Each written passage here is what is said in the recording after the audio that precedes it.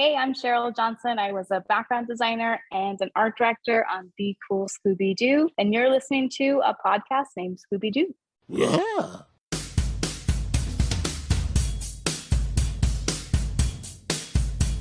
The gang's all here, they're on the case, and there's no ghost that they wouldn't face, 'cause they dig it, Scooby-Doo. Yeah, they dig it, Scooby-Doo.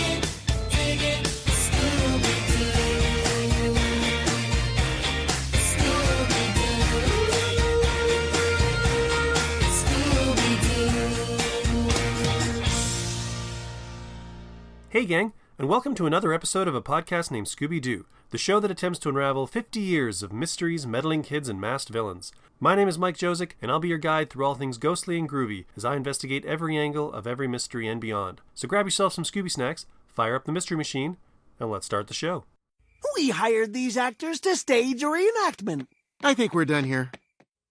Greetings, listeners, one and all, old and new, to episode 48 of the podcast.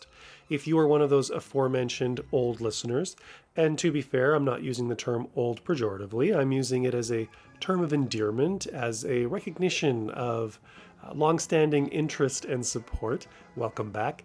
If you are a new listener, great to have you here. So glad you decided to give the show a try. Not sure if it was today's guest that attracted you, or the Scooby-Doo theme, or you just listen to like every podcast that exists. Take your coat off, stay a spell. I hope the conversation today is to your liking, and you perhaps check out the back catalog of conversations that the show has accumulated over the last 4 or 5 years. I'm so happy, so thrilled to be welcoming Zac Moncrief, producer of Be Cool Scooby-Doo, ultimately the showrunner of Be Cool Scooby-Doo, to the podcast. It's a conversation that's really been a long time coming. He was actually scheduled to be on the show, I think it was the first year. I'm pretty sure it was the first year. It wasn't that long after John was on, John Colton Berry, who was the story editor for Be Cool Scooby-Doo. Both John and Zac were very public faces in the social media Scooby-Doo community, taking heat and also just kind of discussing and engaging with fans about the show. And we actually had like 1 or 2 times nailed down, and for whatever reason, it just didn't work out. Time passed, things happened, other people, other conversations occurred, and it just kind of felt time to come back around. I don't know if it was feeling like a showrunner vibe, having Chris Bailey last episode, and needed to have another showrunner on. But again, I'm thrilled that Zac was able to make the time to come on, and what a time. This episode today is probably one of my longest episodes.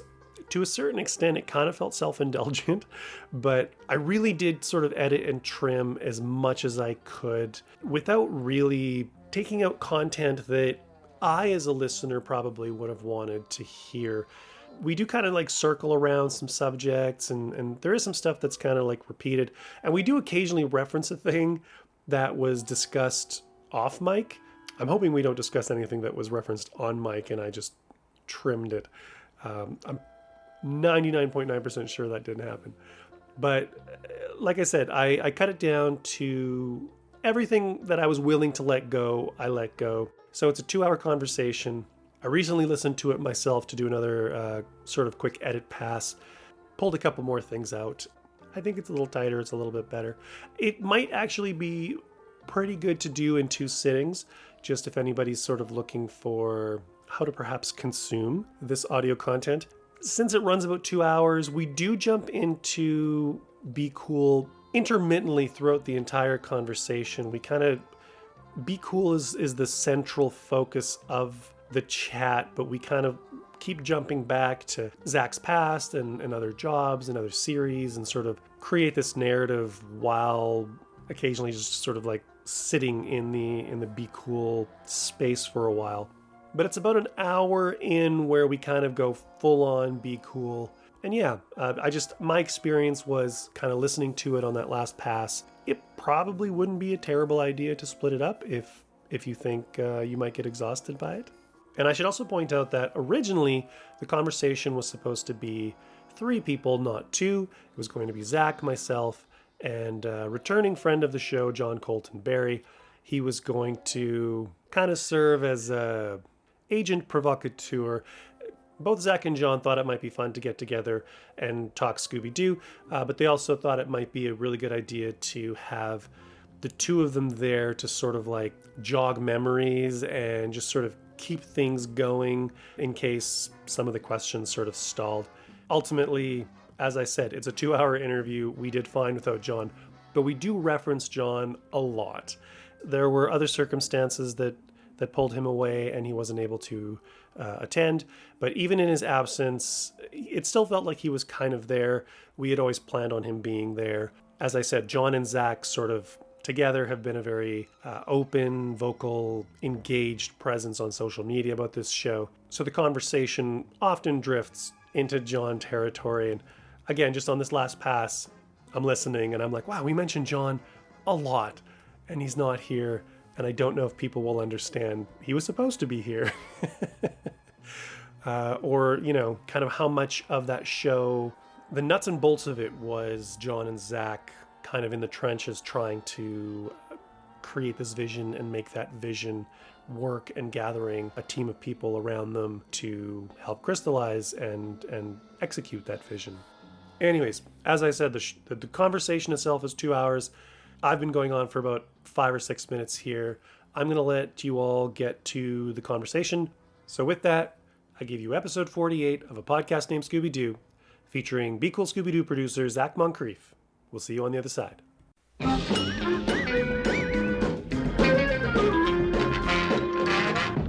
My guest today is an Emmy-nominated producer, writer, supervising director, storyboard artist, designer, and songwriter who got his start in animation back in the halcyon days of the mid-90s at Turner Feature Animation, and has since worked his way through most of what are undoubtedly your favorite animated shows throughout the 2000s. He's probably best known for his contributions to the Seth MacFarlane series Family Guy, the highly regarded Disney series Phineas and Ferb, also where he got his Emmy nomination, and the brilliant but divisive update of a classic Hanna-Barbera series, Be Cool Scooby-Doo.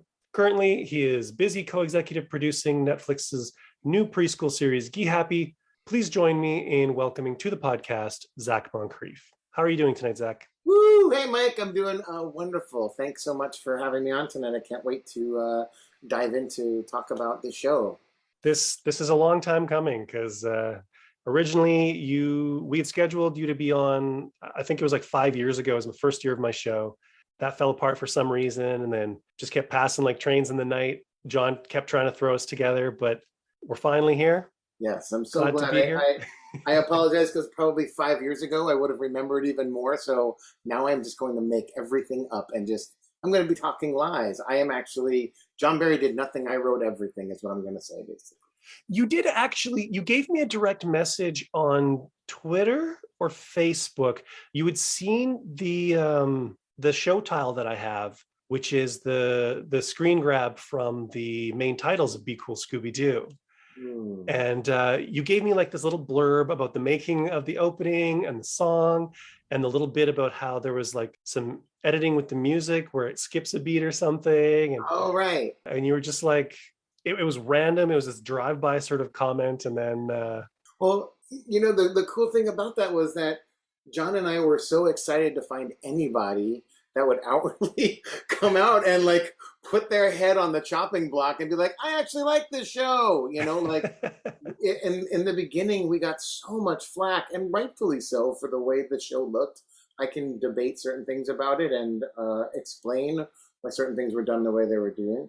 But John and I watched some episodes over the last couple of days of little clips on YouTube, and I'm like, I'm still really proud of everything we did. Yeah, I see faults with it too. I can say that about most any show. But to find someone that actually was excited, I'm like, oh my God, I got to reach out to this person and say thank you for even acknowledging. And I think that's what John has been doing. We've been building fans one by one where we can along the way. It's been a grassroots movement for sure.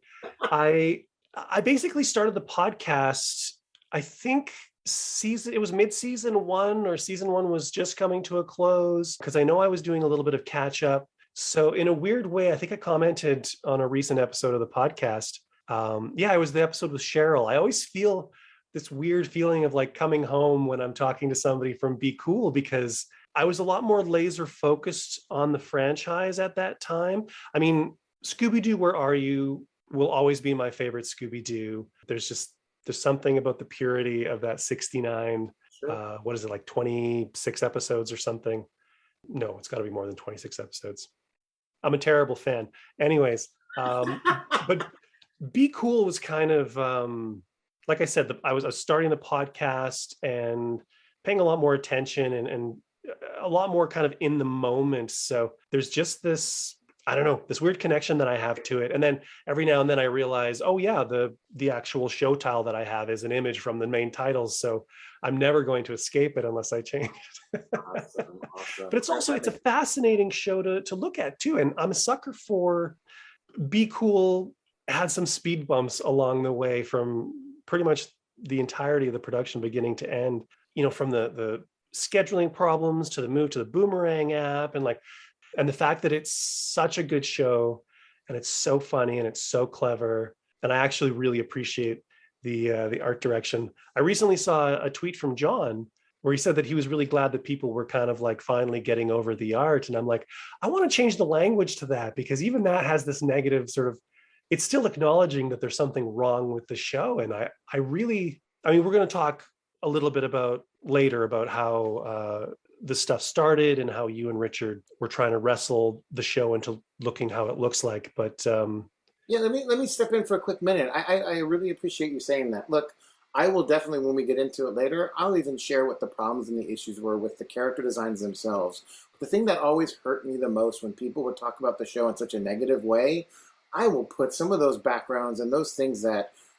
team did, from the character designs that were the monsters to the color key stuff that was being done by our color stylists on the show, to the backgrounds themselves, to even props that I'm sure you've talked to Lance. yeah. I mean, I will put some of that stuff up against so many shows out there and be like, show me something better. You can't, right? So it really used to hurt me that people would just, because they felt that they were seeing this Family Guy ripoff, which we can get into that too, that I'm like, really, you guys are missing this beautiful art that's going on in here. And all right, by the way, how are you with language on the show? Should I keep it PG and G and be nice in that respect? I don't have any hard and fast rule about it, no. I mean, because I just want to say, like, fuck you to all those people is what I'm trying to say.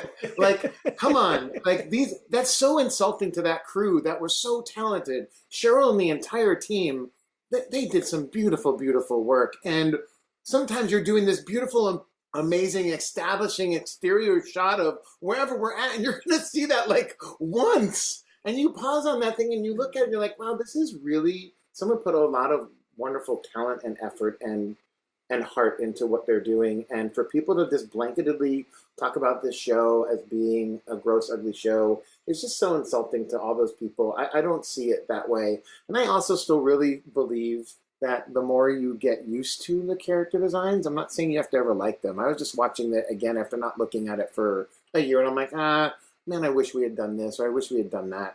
But you get past those things, and then all of a sudden you're just watching the show for the comedy and the mood that we're trying to put into it. And that works. Hands down, that stuff works. Everything I've watched over the last couple of days, when I've just been doing a little fun deep dive of bouncing around on YouTube, seeing all these great clips, I'm like, man, this is so smart and so funny and so energetic when it needs to be, or scary when it needs to be. I'm like, how can anyone just be so unforgiving without even really trying to give something a chance? And I'm like, well, at the end of the day, I then go, well, then you're just missing out. Like, I feel bad for them. They're missing out on some really fun stuff. John and I and the whole team went into this show with full-on utmost respect for these characters and what they originally were, and we were trying to honor their legacy. We were not trying to ruin it, and we were trying to elevate certain things that we felt we've never seen before. And so it's like, all right, cool. If you don't want to take that on because it doesn't look like your 69 version, okay, then sorry, you're going to miss out on some really great stuff. That's how I feel. It's always amused me whenever I hear somebody say, like, oh, it looks like Family Guy or Phineas and Ferb or Brickleberry. And I'm like, oh, so it has visual continuity with all the other shows the guy who's running the show has worked on? Right? Okay. Isn't that kind of odd? Wow. Yeah, that's my wheelhouse of what I worked on. Brickleberry, Phineas and Ferb, Family Guy. Those are adult comedic shows that all have a similar way of handling how you deal with comedy. And so is it weird that I'm going to lean that way? Exactly. Exactly. So I'm glad you said that.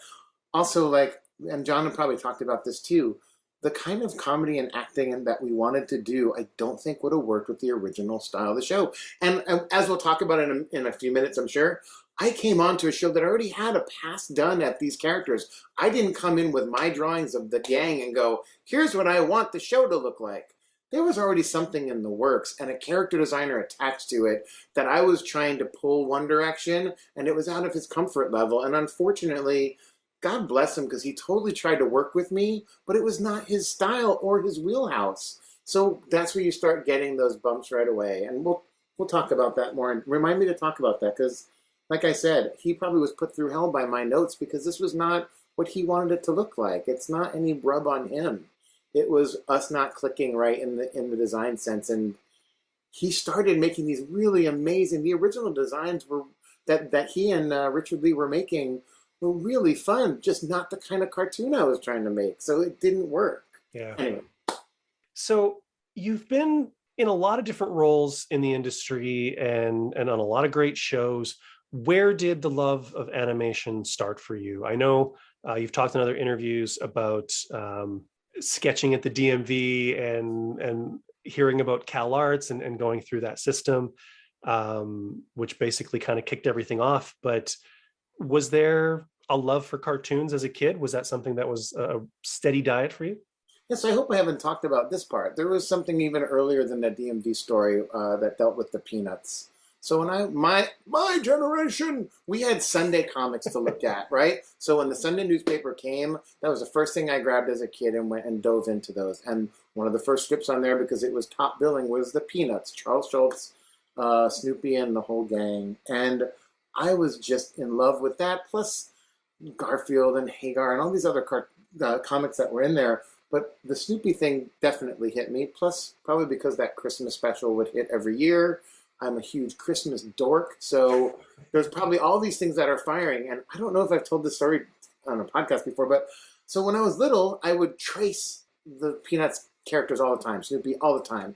And I'd bring him into school, this is like 3rd or 4th grade, and I'd hand them out to friends and be like, here's these drawings I did. And then one day, I remember this, I'm going to tell the story more dramatically than it probably really was, but I remember being at the table, and all of a sudden I looked up, and there was like a wall of kids around me, and they're like, we don't think you really do those drawings. This other kid's like, we think you're a tracer. Like, yeah, tracer. And so they're like, they put me on the spot. They slammed down paper. They slammed down crayons. And like, we want to see you draw Snoopy. We think you can't do it. And I was like, oh my God. But because I'd been tracing it so many times, I just started to put down on paper, and it just came out perfectly. And people were like, all right, Moncrief, it's okay. We believe you now. And that was like the first kind of little crossover to me going like, wait a minute. Maybe I can do something with this. Maybe I enjoyed what I was doing. I enjoyed entertaining people with my drawings. And now there was this thing that I was like, oh, I was crossing over into this new area of feeling comfortable with my own drawings. That also led into, I and my mom, more than anyone, and my brother probably as well, we watched the Warner Brothers cartoons as much as we possibly could. The Bugs Bunny, Daffy Duck, all of those shorts, the Roadrunners, all the good ones from like the 50s and probably the early 60s or even late 40s. I don't even know my Warner Bros. History anymore. The good ones from that time, the Bob Clampetts, the Chuck Jones, that were just the best ones of the best. And we loved them. And I watched them. And if you were to look at my sketchbooks in high school, you'd probably find most of it were drawings of those characters, because those are what really got me laughing and could get other people to laugh. There's also a little Bloom County in there. I wish I had it with me. I'll have to send it to you. I found old... we also used to cover our books in paper bags to like protect your books. So I would do drawings on other people's books. I would litter their books with drawings all over the place just for the fun of doing it. So I was drawing Bloom County a lot at the time. I was filled with a lot of things. But before I knew you could actually buy like Bloom County collections, I was cutting them out of the newspaper and like making my own Bloom County books out of it. Nice. That cartoon. I mean, there was that. There was Calvin and Hobbes was huge with me yeah. at that time too. Like I couldn't believe something on the Far Side. I couldn't believe how smart and how entertaining and how much I loved all these characters.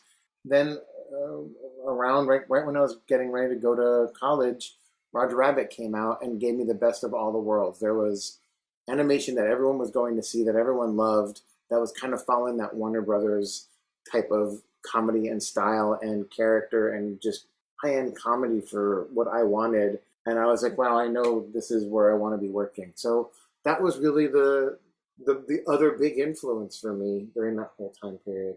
So you basically intuitively, as a kid, because a lot of people, when you're asking like, how do I develop my craft? How do I, and they'll say, you know, look at other people's work, copy other people's work, like just get into the habit of drawing like every day, like doing all that stuff. You taught yourself that. Yeah, you know, it was really crazy because I'm such a sucker for, and now we're going to get into the therapy part of the show.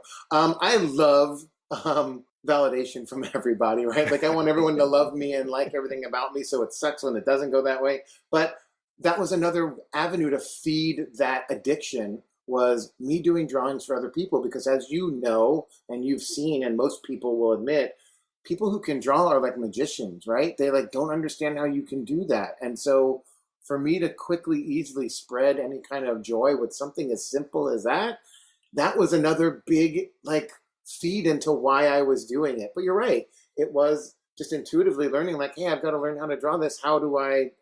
These are the things that make me laugh, and they're going to make other people laugh. The one thing I would suggest to people, if I were to go back and meet little me and tell me one other thing to do, it would be to also find my own language for looking at things and translating myself. That was something I started, in my opinion, too late in the game. And so whenever I meet any young artist now, I'm like, it's great to study other art. That's awesome. Keep doing it. Try and understand what does or doesn't work about it. But then also close that book. And how do you draw a horse? How do you draw a bunny, right? What would your version of look at a real bunny and how would you make that? Don't just draw Bugs Bunny, because that's already been someone else's version of that. Try and figure out your own language, because that's going to carry you a lot further than just being able to like replicate what's already there. That's kind of my spin on that. Was art something that was supported in your family? Was anybody else artistically inclined? Was it something that was just kind of always around or talked about or engaged with? You know, I don't think there was anyone in my family tree that I know of that did any kind of art, but I am so thankful and lucky that I had two of the most supportive parents in that respect as you could want.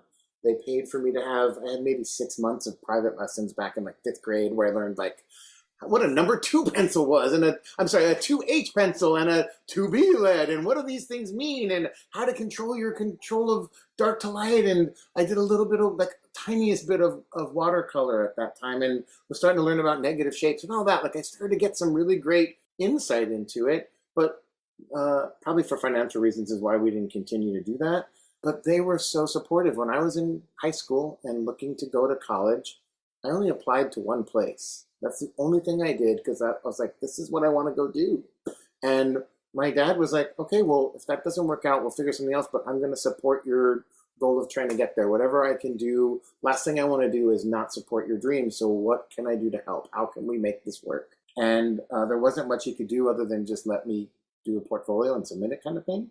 But they were super supportive of it. And my mom was a total dork too, she would watch some Warner Brothers cartoons without me. Like she was such a geek in that respect to the whole, she just loved to laugh too. And so we would all quote cartoon lines from those shows, and we had a lot of fun. So animation definitely was an escape for me and my family. And again, like I said, I don't want to go down the therapy train, but I had a lot of crap going on in my life, and as well with my family and divorce, and my mom had major depression, and it gave us an escape. And it was kind of another reason I wanted so badly to get in, is to be like, all right, I'm going to pay that karmic wheel back. Someone's going to need this somewhere in their lives. And to be lucky enough to work on shows that I know have done that. Do you know how rewarding that is and how amazing that is? Like, we've seen Scooby-Doo people write and talk about how they were in such a funk or such a depression or such a dark time in their lives, and they use that show to get through it. It's like, holy crap, what an amazing thing to be part of, that we can spread some kind of positivity out there. So I won't go any more into that. I just wanted to say my parents were super supportive is what I'm going to say. I was very lucky. It warms the cockles of my heart to hear, like, particularly we're in a time now where there's a little less ageism as far as a lot of kind of media engagement is concerned. You know, it's not weird for adults to play video games or watch cartoons or do that sort of thing. But, you know, 20, 30 years ago, it was still kind of like that was something you were supposed to grow out of. Yeah. So to hear that somebody engaged with like Warner Brothers cartoons or any kind of animation just for the sheer pleasure of watching it and enjoying it and laughing, I love that. It makes me happy. I think it's good because I don't think my mom ever officially fully grew up, so maybe that's part of why she didn't get the memo of you're supposed to grow out of this, right? So anyway.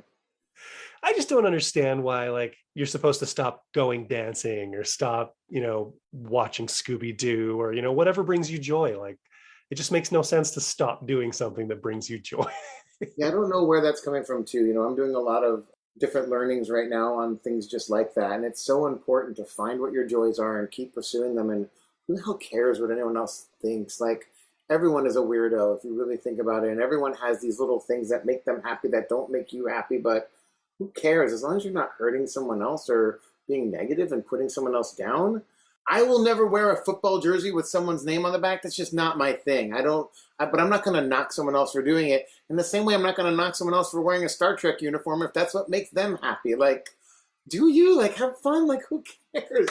Anyway, yeah, I think it's really great that we are getting into a time now where, like you said, it's totally fine for adults to be still hooked into this stuff. And in fact, we're creating shows for that group, right? We're shows now, there are adult sitcoms and adult animated shows that are purely aimed at those groups. And I think that's pretty awesome. It's really funny. Like one of my dream projects I'm trying to work on right now is actually, I think I'm a little too early, but it's actually a show that's like an adult animated show that's targeted towards my age group and people above me. It's not for the young kids, and it's not even for the teenagers, so it's not crass. It's a smarter adult show that is adult age looking, retirement almost age is the kind of the group of some of the main cast. And it's like, because there's that audience there. We're there right now. Some of us are ready to, I'm still luckily a little ways away from retirement, but my age group and a little bit higher than me are the ones that will still watch animation now. So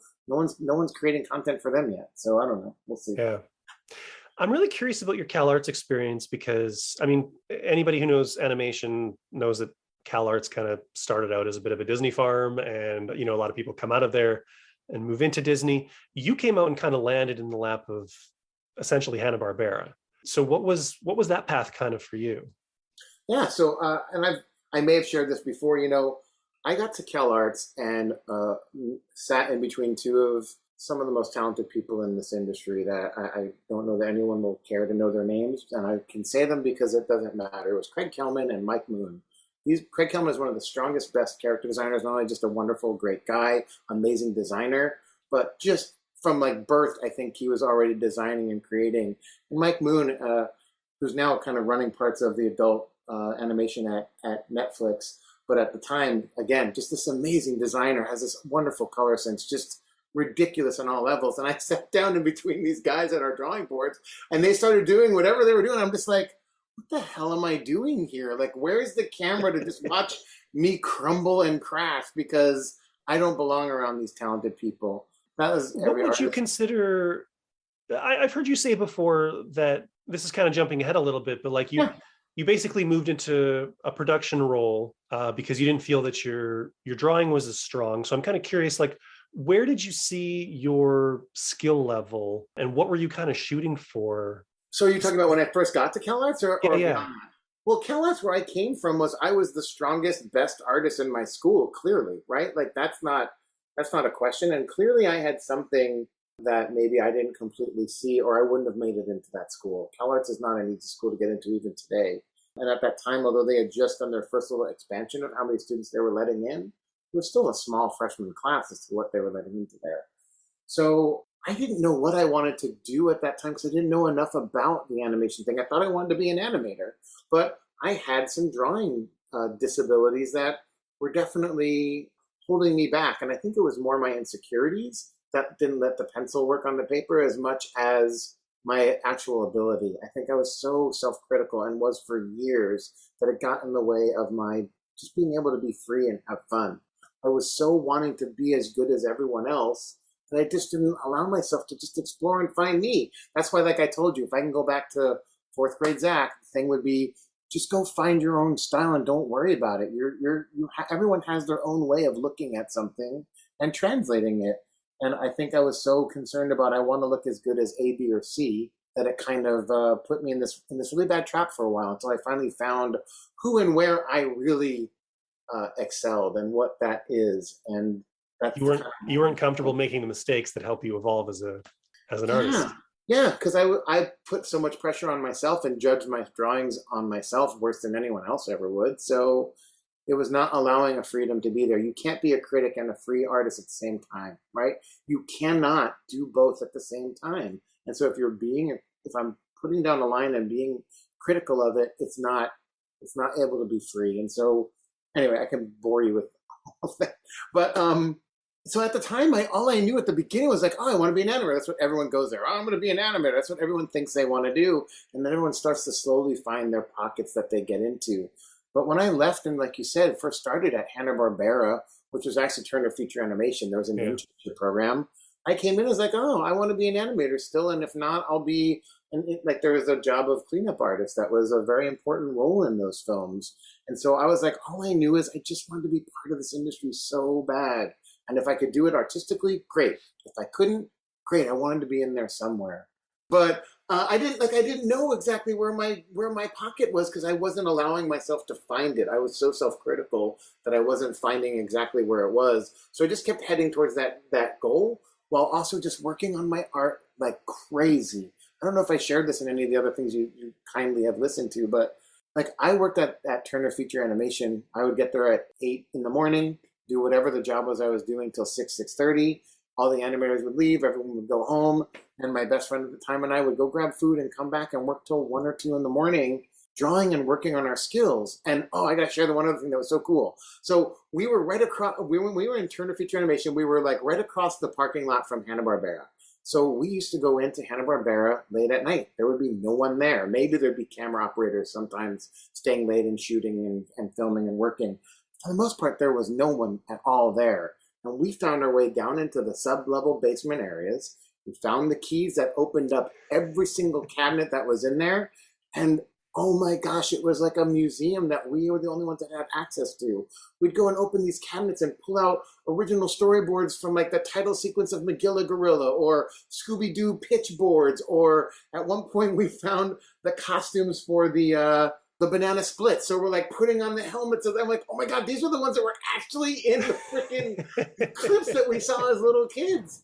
But the thing was that I was not giving up. I was never going to give up until I got into this industry doing some kind of way, shape, or form of art. And I'm so glad I didn't, because that drive is what just kept going with me and kept me propelling throughout my entire career.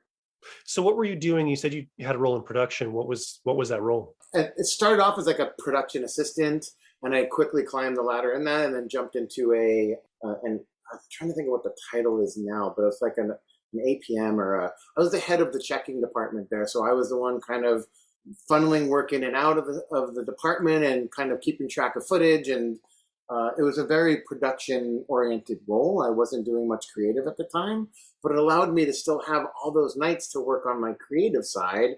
And I wound up working on and pitching a short to at the time it was called What a Cartoon. Yeah. That's where Dexter's Lab and Johnny Bravo and all those shows came from. And it was my first real artist job. I think I had finally gotten onto a cleanup position on a film called Cats Don't Dance. And while I was working on that, I was working on my pitches still at night. I stayed late and was working on stuff. And literally, it was probably longer than this, but it felt like I got my cleanup job. A month later, I sold my short and left and went to go work in TV and work on my own short that I co-wrote and boarded. And yeah, it was a crazy, crazy time. And I'm so happy I got to do it, though. So while you're putting in those late nights and developing your craft, who were you drawing on for inspiration? Who were your artistic influences? Yeah, it was still the same things. But believe it or not, at that time, it was probably everyone that was around me. I could go into Bruce Smith, who is running a Proud Family. I don't know if you know of that series or not. You probably do. He was an animator on the show. He was cool enough to let me sit at his desk to work there at nights when he wasn't there. And so I would sit there and flip his drawings and just be like, what's going on here? How is he creating this magic? And what is he doing? And trying to study it. So it was the talent that was around me. There was so many animators there that were so talented, story artists that were so talented that I was just absorbing who was around me at the time. I can't say that there was anyone beyond that at the time because I'm kind of curious. You're talking about flipping Bruce's drawings and just kind of being amazed by them. Like what are the qualities that you were seeing? Like what was wowing you about them? First of all, just the confidence and beauty in his line, what he put down on page. It's so easy to draw, quote unquote, easy to draw a character in a pose that's just standing there, right? When you get into the intricacies and the details of a subtle acting that's going on, and there's a subtle little hand and this little rotation that's going on, those are the things that still to this day, which is why I never pursued animation completely, is I could draw a hand the way I need to, and I might be able to draw it in another pose, but getting these subtleties and these rotations and this, along with timing, along with acting, along with the emotion that needs to be there, along with appeal. My gosh, his drawings are so beautiful and appealing that you just want to eat what's on the page. So I was just trying to understand, like, how is he doing this? And sometimes I would sit there and do, not tracing like I did in fourth grade, but I would put his drawings up or photocopies of them and sit there and redraw them, go through the drawing, like draw through, resculpt, figure out, try and get into his brain. Like, how is he coming up with this? How is he thinking this? What is his brain seeing to try and see if I can see it? So it's a combination of his technical grasp of the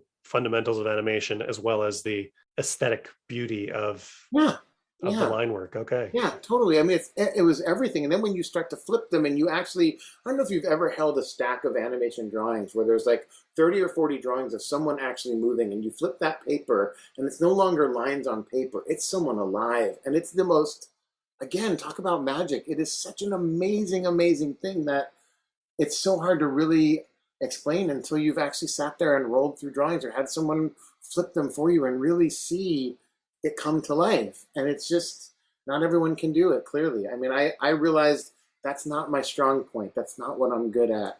I'm better at protecting and creating characters and looking for comedy and dealing with that than I am in this spot. But, you know, don't get me wrong, there's always that little, still that young freshman Cal Arts that's like, oh man, I wish I could do that. When CG started becoming stronger, I'm like, great. Now some of my drawing issues, which I still know what those are from, but those drawing issues aren't necessarily there anymore. I can take a hand and rotate it because it's already built in all of those things. I now know what the subtleties are, but it was too late. I'm too far down this other path that for me to go back in that world, I don't know that it would be the right place for me to go. But man, I'll watch some of the new films that are out, and I get so excited by seeing the subtleties that are there's still 2D animators working in those 3D scenes, and you can feel it. They're thinking the same way. They're bringing so much charm and life to those characters that it's just incredible. I was watching, I'm not going to get too deep into this right now, but I was watching a number of Be Cool episodes leading up to this. But the last one I saw, or the second last one I saw before talking to you, was the pilot Mystery 101. And I was noticing so many little bits of acting and business. And I've seen that episode, I don't know how many times. I sat and did a commentary with John on that episode twice. Oh, great. Because we didn't use one of them. Like, I've spent a lot of time looking at that episode. I love the fact that I'm still finding weird little business. Anyway, I'm glad you even mentioned, I'm going to talk about that episode for a minute, okay? Sure. So check out all this coolness. So Shant was the director of that episode. And I'm so thankful for Shant for coming onto the series, because I was at like 11th hour. It was a Friday. I met the last two directors that I needed to hire. I didn't really get to see much of Shant's work. We had one meeting in my office, and I'm like, let's give it a try, buddy. Because he actually, you should try and talk to him someday. He might not have the best things to say about me, but I really respected him and still do to this day. He's a really talented individual, and he's got a great confidence and good mind about him in this stuff.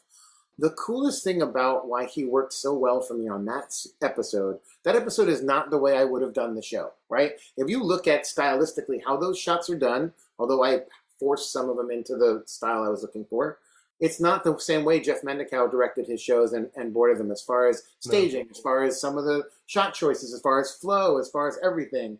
It's definitely a different mindset. Shant comes from a more action mindset. He's more dynamic in his shots. And so the comedy and that stuff wasn't playing as well as I wanted it to. But what Shock did that was so great was I wanted, just to make everyone happy, I wanted Family Guy and he wanted classic Scooby. And because we had this push-pull, it was the perfect segue to pull us kind of through traditional into going into this more flatter comedic style of what I was looking for. And so I'm actually so thankful for that episode, because it's a really, and it was the pilot, so it was actually a really good kind of blend to pull from.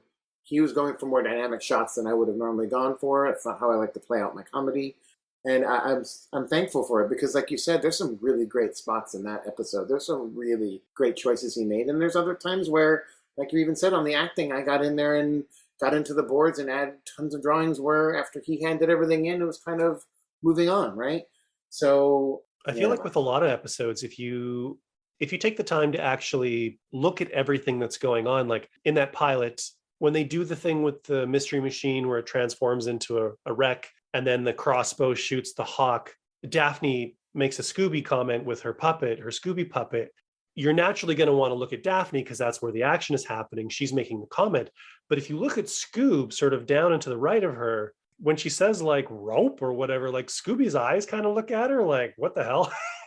The characters are acting. It's not just everyone standing around idle while the character who's got business to do is doing their business, and then it moves to the next character who's doing their thing. Like, these are active living characters in the space. And there was another, it might have been the pilot, it might have been the episode with where the mystery machine goes underwater and the sea monsters. Oh yeah, deck, something. All Paws on Deck. All Paws on Deck. Again, an amazing Jeff Mendicow episode. He fucking knocked it out the park on that episode.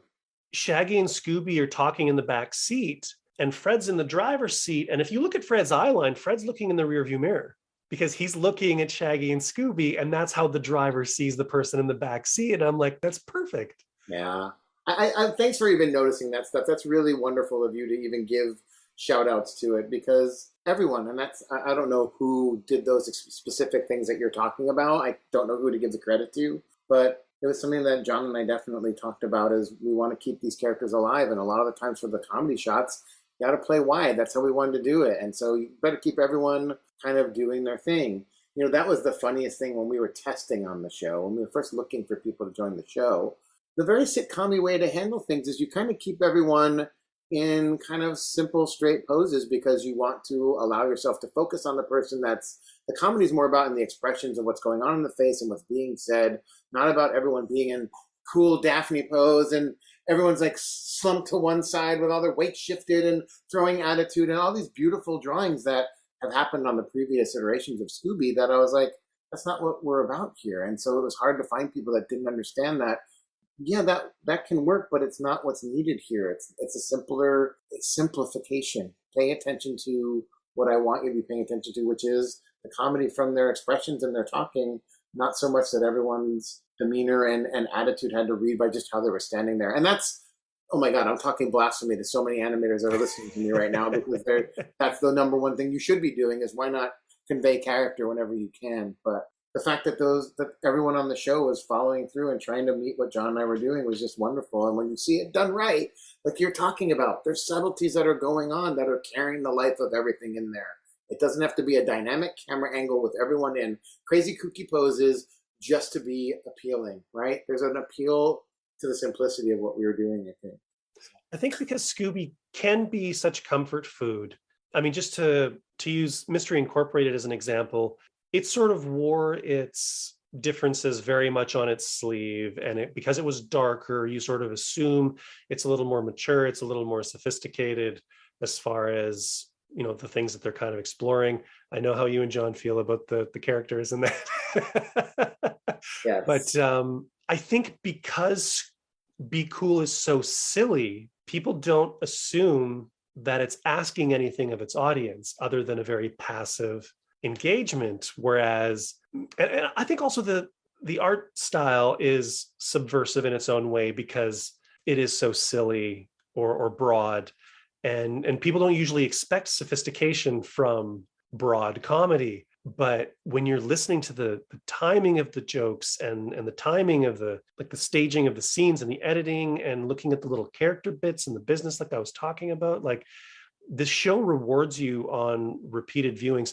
Maybe not every episode, but it's there if you want to like sit down and just kind of let it wash over you. I mean, I was doing some prep before talking to Cheryl for a couple episodes ago. Cheryl Johnson, who was the art director in season 2 and background designer in season 1. And I was catching stuff in the vocal performances from the actors that I thought to myself, I've never heard these actors do these things for these characters, because the characters have been played so straight for so long.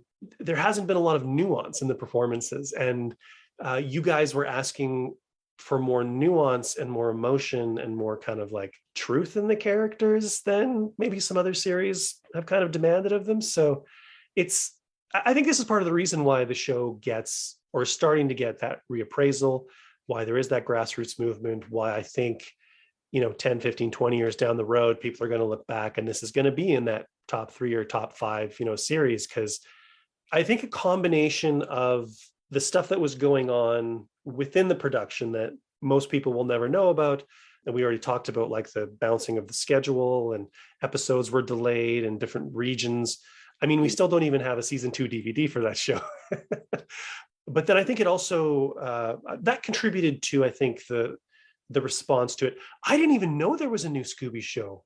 I accidentally found out about it and I was like, wait, what? There's a new show? And I went and I hunted it down, and then it was kind of like, whoa, this is totally different from what I expected.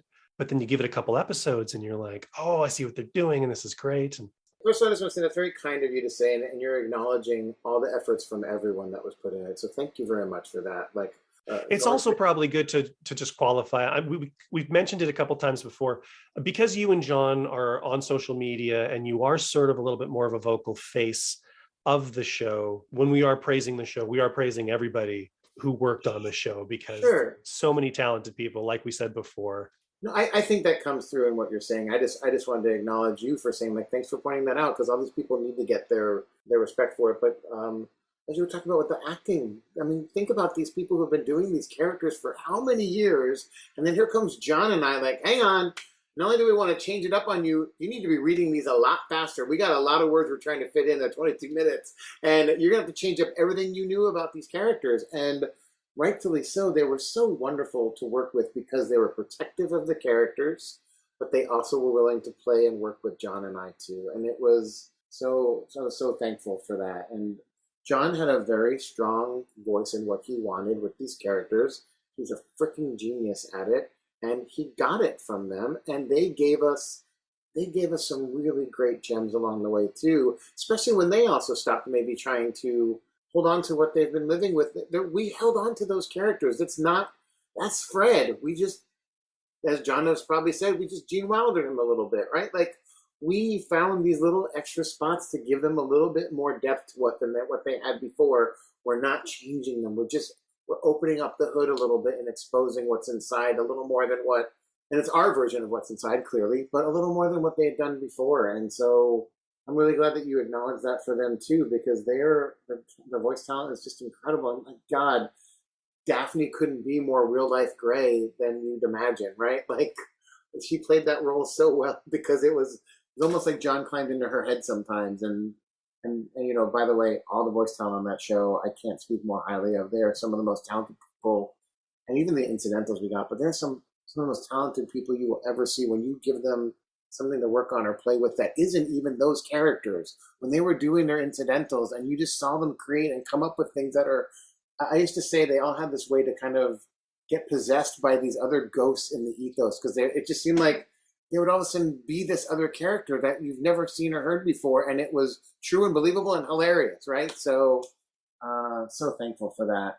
Let's jump in. I feel like this is almost like the narrative structure of like a VH1 behind the music. every now and then we jump in with like the Be Cool drama, and then I pull it back to, and then back in 1995, Zach was working on. So throughout the 2000s, you jump around through a few shows. I've talked to a number of people about following the work. Was there any kind of purposeful direction that you were moving in, or were you just looking for a good gig, interesting show? In the beginning, I was just trying to get stronger at my craft and learn as much as I could. And so I was willing to go work on whatever show I could get lucky enough to get on, is how I felt. I'm so thankful, knock on wood. I didn't have much downtime my entire career. I would go from one show to the next. I didn't start looking for my next show until the show was ending.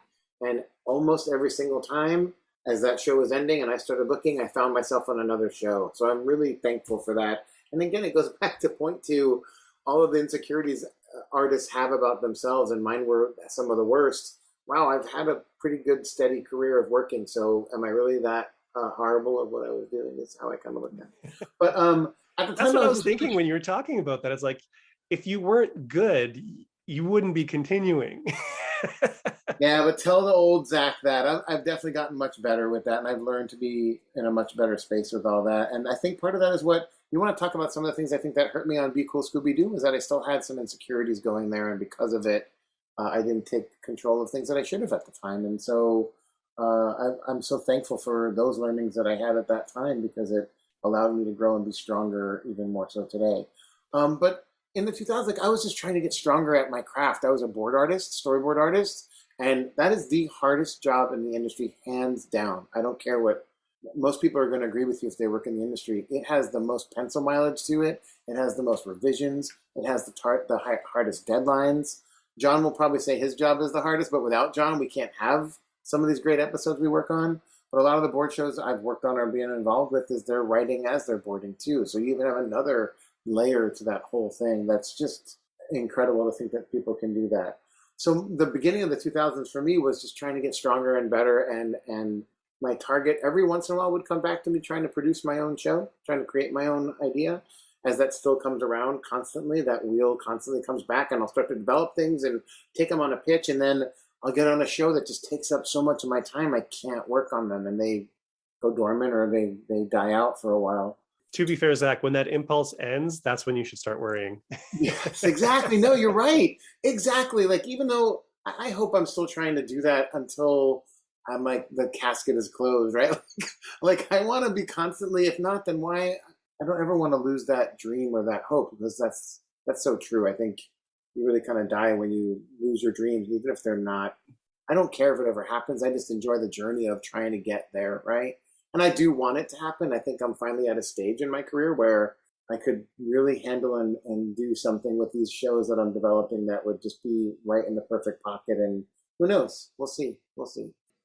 The 2000s led me in this path of going from boards to like assistant directing into directing on Family Guy. That was the first big kind of 1, 2, 3 leap that I made. And I was so lucky when I got on Family Guy.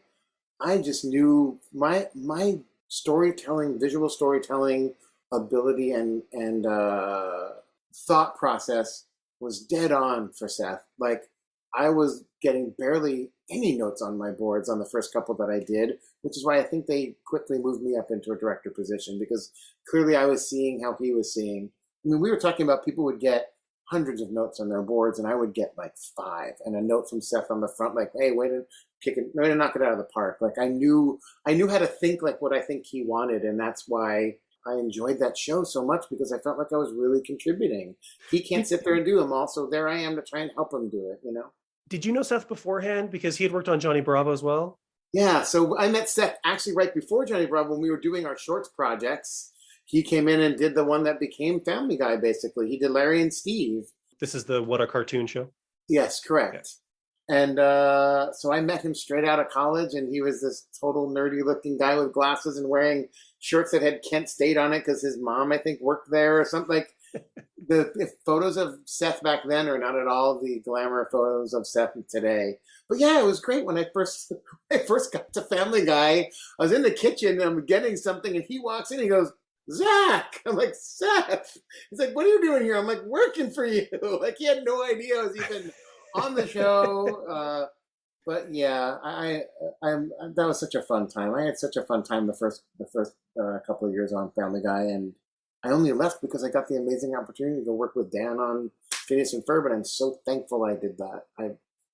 One of the best shows I've ever worked on, and meeting John Barry on Phineas and Ferb was and the rest of that fucking crew. But there's so many great things that I owe Dan for being able to come on over and help him out with that. I had so much fun.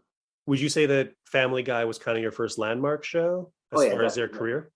Yeah, I mean, nowadays I say Kim Possible and everyone knows that was, but I was like not doing heavy lifting on that show. I'm still so mad at Disney for not having like a home media release of that isn't some weird special collectors. And I don't know, is it even on Disney Plus? Can you find it on there? I don't have Disney Plus, so I don't know. But like, when I keep hearing them talk about show, what a fun show, and it's like it's just gone. I know. I keep hearing rumors that they're going to try and bring it back. I don't know if that's true. I mean, but talk about a show that would kill, right? Like it has everything that I would think everyone would want, and it's so beautifully designed too. And I remember catching on to that show, and I loved it, and I tried to get my kids into it. And we're walking through a Walmart one day, and they had, I don't know if you saw any of the merch off of that show, but they were these amazing dolls, figures, and they had, I think they were like 12 inches or at least 8 inches tall, really, really nicely molded and sculpted. They had 2 or 3 different outfits. Wow. They were beautiful, and Walmart was clearing them out, and they were dirt cheap. And I had my kids right next to me, and I said, if you say I want these, I will buy every single one of these for you. And they just went, meh. Oh, and then like a couple years later, they got into it like 150%. And every now and then I turn to them while we're watching it, and I'm like, you could have had the whole set. That's a great story. That show again was so great because it was a great crew on that. You know, you said you talked to Chris Bailey earlier, right? So yeah. Chris was running that show, and he was the reason that show was as good as it was, as many as other people were on it too. So, but yeah, I would say Family Guy was probably the first big like milestone show in my career that I can talk about, that I am again so proud of, so happy I got to work on it. And it was cool working on that show, and I'd be somewhere and tell someone what I did. It was like I was a rock star meeting somebody, because the love that people have for that show, if you're a fan of it, is ridiculous, right? So, and this was for the revival season, right? That's when you started? Yeah, so I came on after it had been canceled like 3 seasons in a row or whatever, and then all of a sudden they released it on DVD, and I guess the rumor is that DVD sales went so crazy that they're like, we got to make the show again, and that's when they made that huge deal with Seth, and it has never stopped since, I don't think. That was a fascinating period in my opinion, in home video history, but particularly in Fox's history, because like all their different divisions, their development division was brilliant. They were greenlighting really interesting, progressive, adventurous shows, and the network would fuck it up. Always, right? And then it would go to the home video division, and the home video division would be like, this is an amazing show. We're going to do this thing up, and we're going to do it right. And so you got your Firefly DVDs, you got your Family Guy DVDs, your Futurama DVDs. And it's like, it was just like the left hand not talking to the right hand. But thank God for those like development and home video divisions. And well, the same thing, you know, talking about advertising and promotions. You know, the thing that hurt John and I on Be Cool Scooby-Doo the most was that the people that advertised our show, and the people that did the DVD covers, and the people that were blah, blah, blah about our show did not stop to watch our show to know what it was about. So they kept leaning on Scooby and Shaggy, Scooby and Shaggy. They just realized and thought this was as famous, that must be the only scenes that have comedy. And instead of realizing, like, no, we were elevating everyone else onto another level. That's what you need to be targeting. That's what you need to be letting people know, is that finally there's a different take on these series. And I thought we had this big pitch with people at one point to kind of let them know about the series, and they laughed so hard at what we were showing them. And then I don't know what happened. I don't know who made, you look at any ad that was on Boomerang, and it just kept showing Shaggy and Scooby stuff. And we're like, no, that's not, they were great. John did a great job with those guys, but our assignment wasn't to make them funny. Our assignment was elevate everyone else up, make everyone else interesting and funny. And so I was like, you guys missed the mark. So whatever. Oh, well. Like I said, John and I can probably lament for hours on if only we could have, and if only they did, the show would be in such a different spot. Phineas and Ferb, as well as being just a really wonderful show, as you said, it's where you met John. What was it that clicked between the two of you? What was the magic that you found between each other that developed into kind of what we got on Be Cool? I think we clearly have a same love for the same kinds of comic geniuses that are in our history. His a little more than mine, but I was a huge Mel Brooks fan, clearly, and Gene Wilder growing up. I like the absurdity of like the airplane movies and all of those things from my childhood. I also really loved Monty Python as a kid, and so I think our comedic sense and our way of just what made us laugh, that was number one, I think, that really connected. And then we both just saw what each other's strengths were and were just super impressed and inspired by that in the other person. And I think that's really kind of, John cares as much about what he's working on. Well, first of all, John cares as much as whatever he's working as I do on every project I get on. No matter what project I've been on, even if I nowadays would look back and say that was a piece of junk, I hook, line, and sinker when I'm on it. I live it, love it, breathe it. I work more than I should have at times on projects because I just fully commit to it. And John is the same person. And I think that's where we see a commonality between the two of us, that it's the love and the respect and the protection we take over the things that we're working on that we both carry in spades. And I think we both saw that in each other right away. And we both connected well and made each other laugh and lifted each other up. And there were so many things that we connected on that in just everything. We're completely different music people, which is funny. Like John and I couldn't get married ever because we don't listen to the same music at all. But I respect, because he's way smarter about music than I'll ever be. I think it's just that acquired taste. Like he's on another level musically than I am, and so therefore. I think that's in the DNA for John. Oh yeah, my God. Yeah. For anybody who knows anything about John's lineage. Yeah, if not, look it up. Look at what his dad has done, and your mind will explode.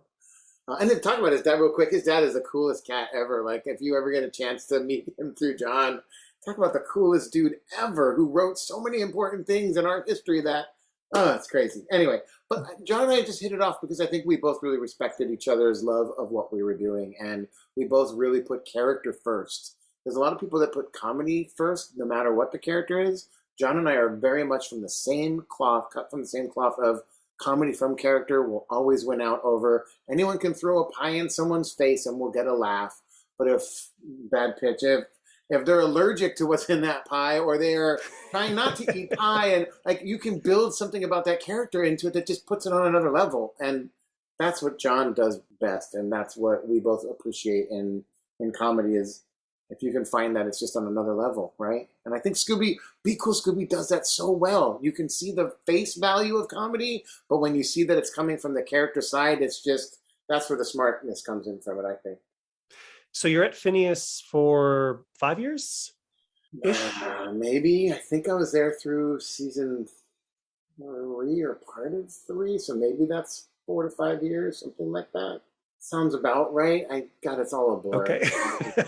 So how do you move from there to? I went to Brickleberry next. Brickleberry. Okay, that's right. Brickleberry, yeah. So, and then you left Brickleberry for. Yeah, I was Phineas. I think I was kind of getting a little sleepy with. I think I transitioned into a different position on that show, and it wasn't what I wanted to be doing necessarily, and. I was like, all right, I need to find out what other options there are out there. And I got really lucky and met up with the guys that created Brickleberry. They were looking for a supervising director at the time, and kind of more like a showrunner level position, to be honest. Like, that was the start of I'm doing showrunner level responsibilities, but being called less than those titles. But I didn't care. Like I said, I'm committed to a show and just want to work and be part of any area I can get my hands dirty in. I'm going to do it. And those guys were really talented, but they needed someone who knew and had animation experience. And so I got to step in and really kind of help them guide the show itself, help them break out of some of their rules that they were first stuck in, like visually. You know, there's more than, trees can be more than just brown, grass can be more than just green kind of thing, you know? A room, yes, there's a room there, but let's put things in the room that speak to their character, or, you know, the whole kind of thing. But I got to bring in my Family Guy style of directing that I also was using on Phineas and Ferb a little bit. And it was all about the comedy.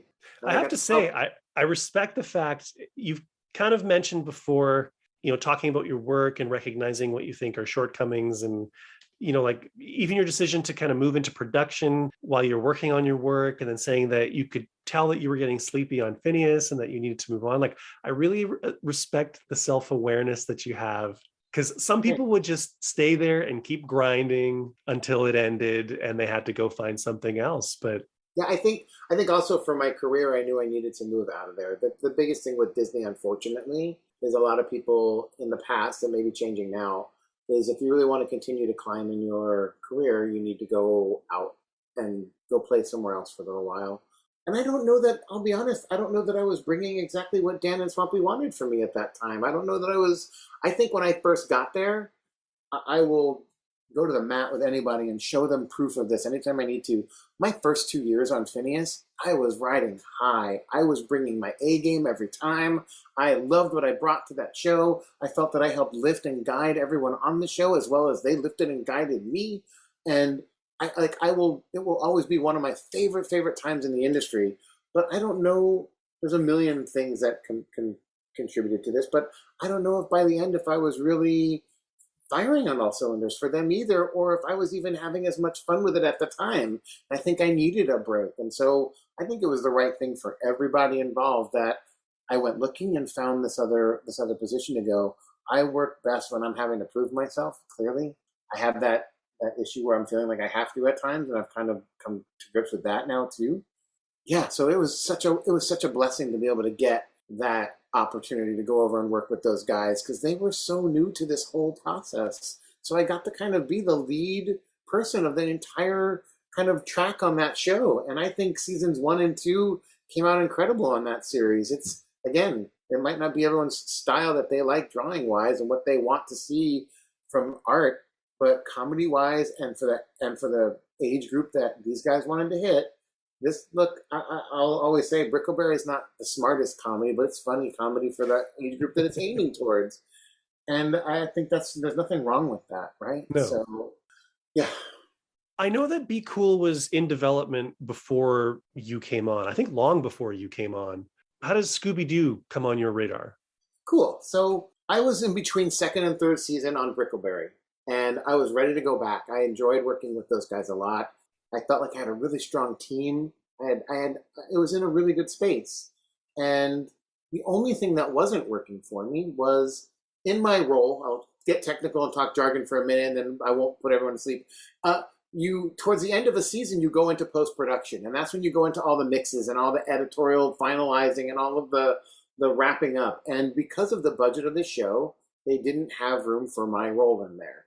And that's kind of a jacked up thing to do to someone in my position because of this. I put in all the sleepless nights, all of the hard work in the beginning when we're in the pre-production, through production, that what it's supposed to be is when you get into post, it doesn't get easy, but it becomes way more relaxed. There's no late nights anymore. So you kind of get that, you can kind of take a deep breath and get ready to maybe go on to the next season, or you wind down with a lot of fun and rewards for all the hard work you did in the beginning. And unfortunately, because of their budget, they didn't have it for my role to be there that whole time. And we were coming up on the third season, and I was like, hey, I want to be involved in that. I don't want to be working as hard as I am and then just being pushed out the door for this time period. And before I even got into ask them about that, I just like, let me see what else is out there. And a friend of mine was like, hey, there's this Mike Tyson series going on over at Warner Brothers. Why don't you talk to those guys about that? And I called up and just set up a meeting just to like find out what was going on over there. And when I walked in, they're like, oh no, we don't want to talk to you about Mike Tyson. We want to talk to you about this new Scooby thing we're doing. And I'm like, oh. Well, it's kind of funny because the Mike Tyson show was kind of a spoof of Scooby-Doo.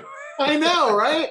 And I actually think that show is so ridiculously brilliant and so economically smart and so throwback killer fun that I'm like, man, I know, there's so much I kind of know inside because my wife worked on that show a little bit too, as to why they stopped making it. It's so sad, but that show is a wonderful example of everything we were talking about. It's got the comedy, it's got smart comedy, it's got ridiculous comedy, it's got a great style to it. It feels like a show that was lifted out of the 80s and plopped onto our TV, but with like contemporary writing. So I'm so bummed that show stopped. But anyway, So they told me like, hey, we're working on this new Scooby-Doo, and we really we want to make a full. We want to make the entire cast comedic. We want to make a comedic ensemble cast, and we want to basically change Fred and Daphne and Velma to bring them up to the level of Scooby and Shaggy. And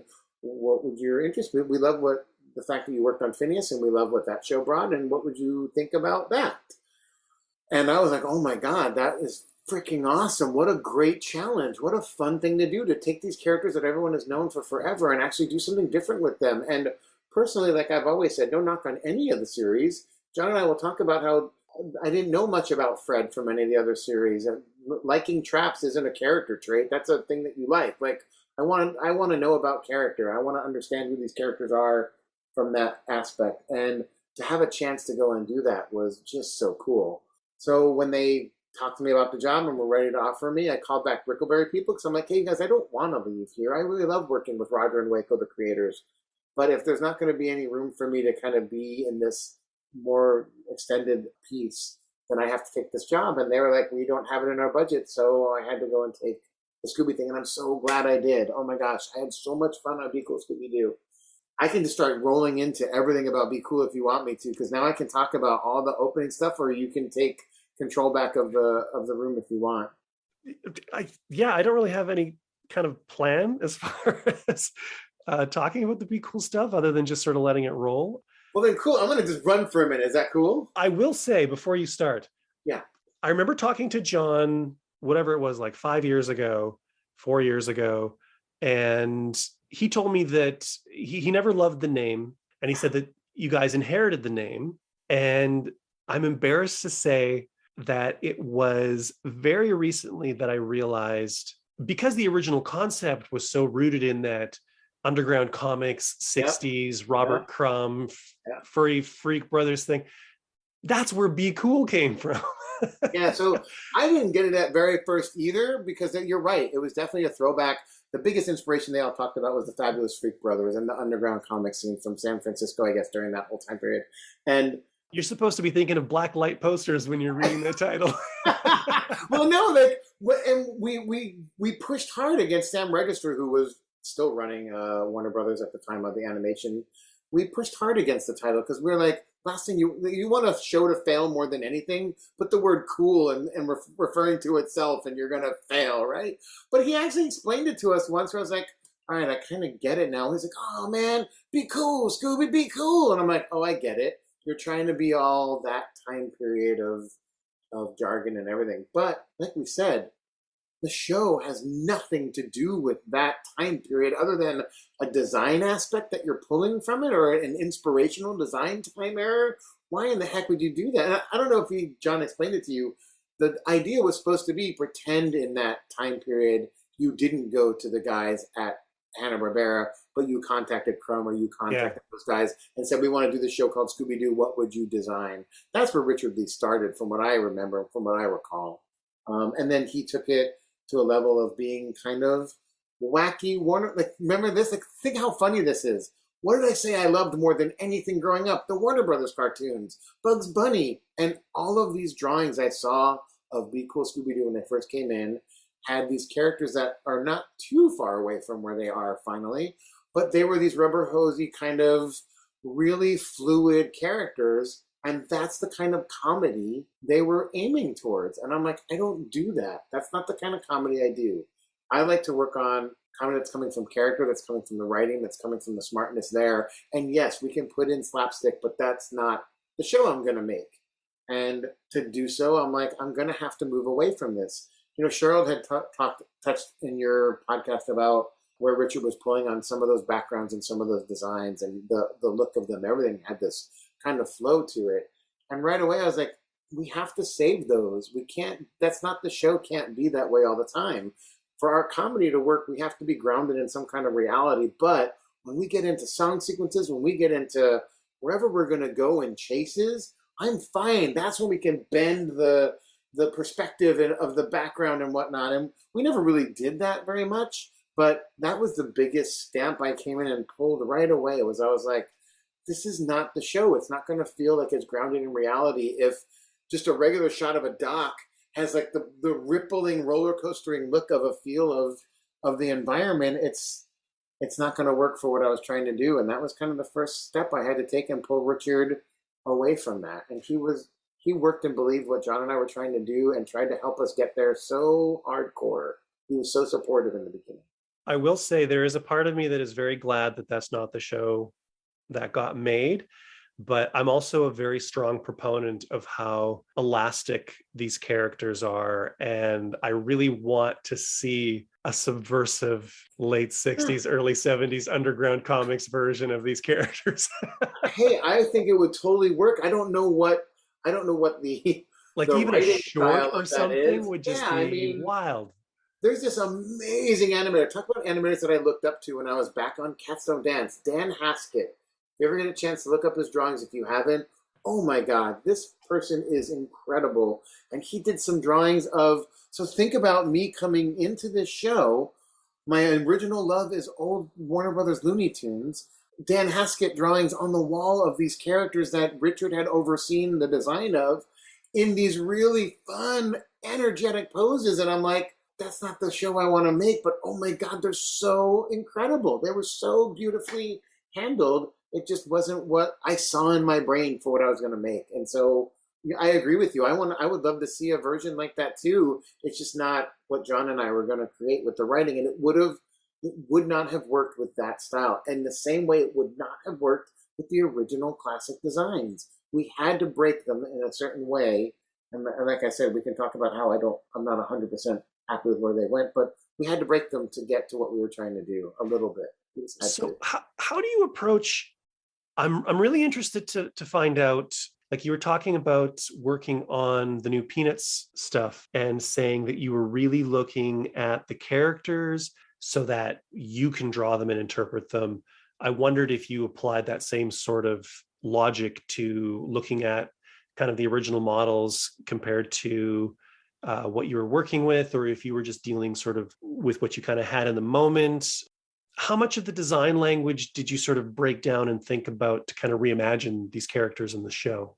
Yeah, so the thing that I would share is, like we said, coming into this role on the show, the characters already had a very strong pass at them.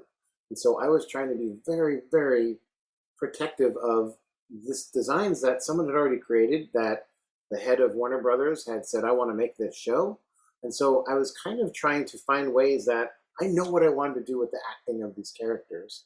And so the changes and tweaks that I pushed the character designer in to make these characters the way that they are, were just going to support those things. How are we going to deal with the eyes? How are we going to deal with the mouth? How are we going to deal with the acting? How do I want to make it that I can very easily get the subtlety that I'm looking for to really help punch and sell the acting? And so the things that I looked at when I was going into it were just those kinds of things. How we're handling the eyes, how we're handling where the mouth placement was, what the mouth shapes would be. Again, going for a simplicity that I think was going to be needed there.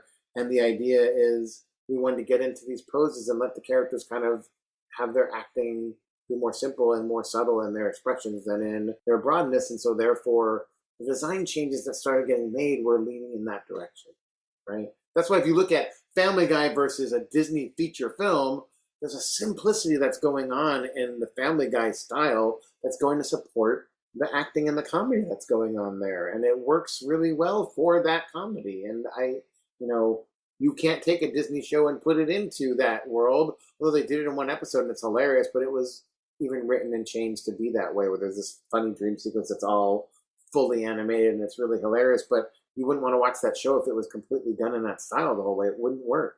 So I've talked about that 100 times. I don't want to go down that path too much, but South Park would not work if it was a beautifully animated 3D show. It would not work. The fact that it feels like it's the comedy and the idea of it and the characters match the fact that it looks like some kid was doing it in his notebook in the middle of class. It just, Beavis and Butthead the same way. And I think some of the Family Guy lends itself to that as well, that it's not this appealing to everybody designed characters, because it's not what it's about. It's about allowing the comedy to speak first. So that's why I pushed these designs where I did and was trying to get them closer to that. But as I'm doing that, I'm looking underneath the paper and seeing the original drawing that was there, that Sam Register signed off on, and that Richard Lee loved. And so how do I try and hold on to as much of that as possible, but give me what I need? And that's what I'm saying. We should have just said, stop, Yeah. back to the originals. What do I like about the originals? And how do I bring this into a world that I want to play with? It still would have had similar things about it. It still would have had some of the design rules that you find in like Gravity Falls, or like there's certain things that everyone has called this show that it would have fallen to, because that's just where I feel comfortable working with these characters, and it works for me. So I just bought the Gravity Falls Blu-rays. Love that show. yeah, that show, my gosh, that show is incredible too. It's on such another level. I've heard you say in the past that you very much wanted to work with Richard because Richard was already installed in the production. He'd been there for, I think, a year. How far from what you would have done unencumbered Be Cool actually is? Like, how far away are both you and like Richard from that middle ground that you guys met at? Like I say, I think Richard really, like, I really am not going to say anything bad about Richard Lee in the sense of, I think he stepped up to the plate and bent and went with me 100%. Like, he completely said, I want to support what you and John want to do, and I'm here to get that done for you. I have no idea if he was throwing darts at pictures of us behind the closed door.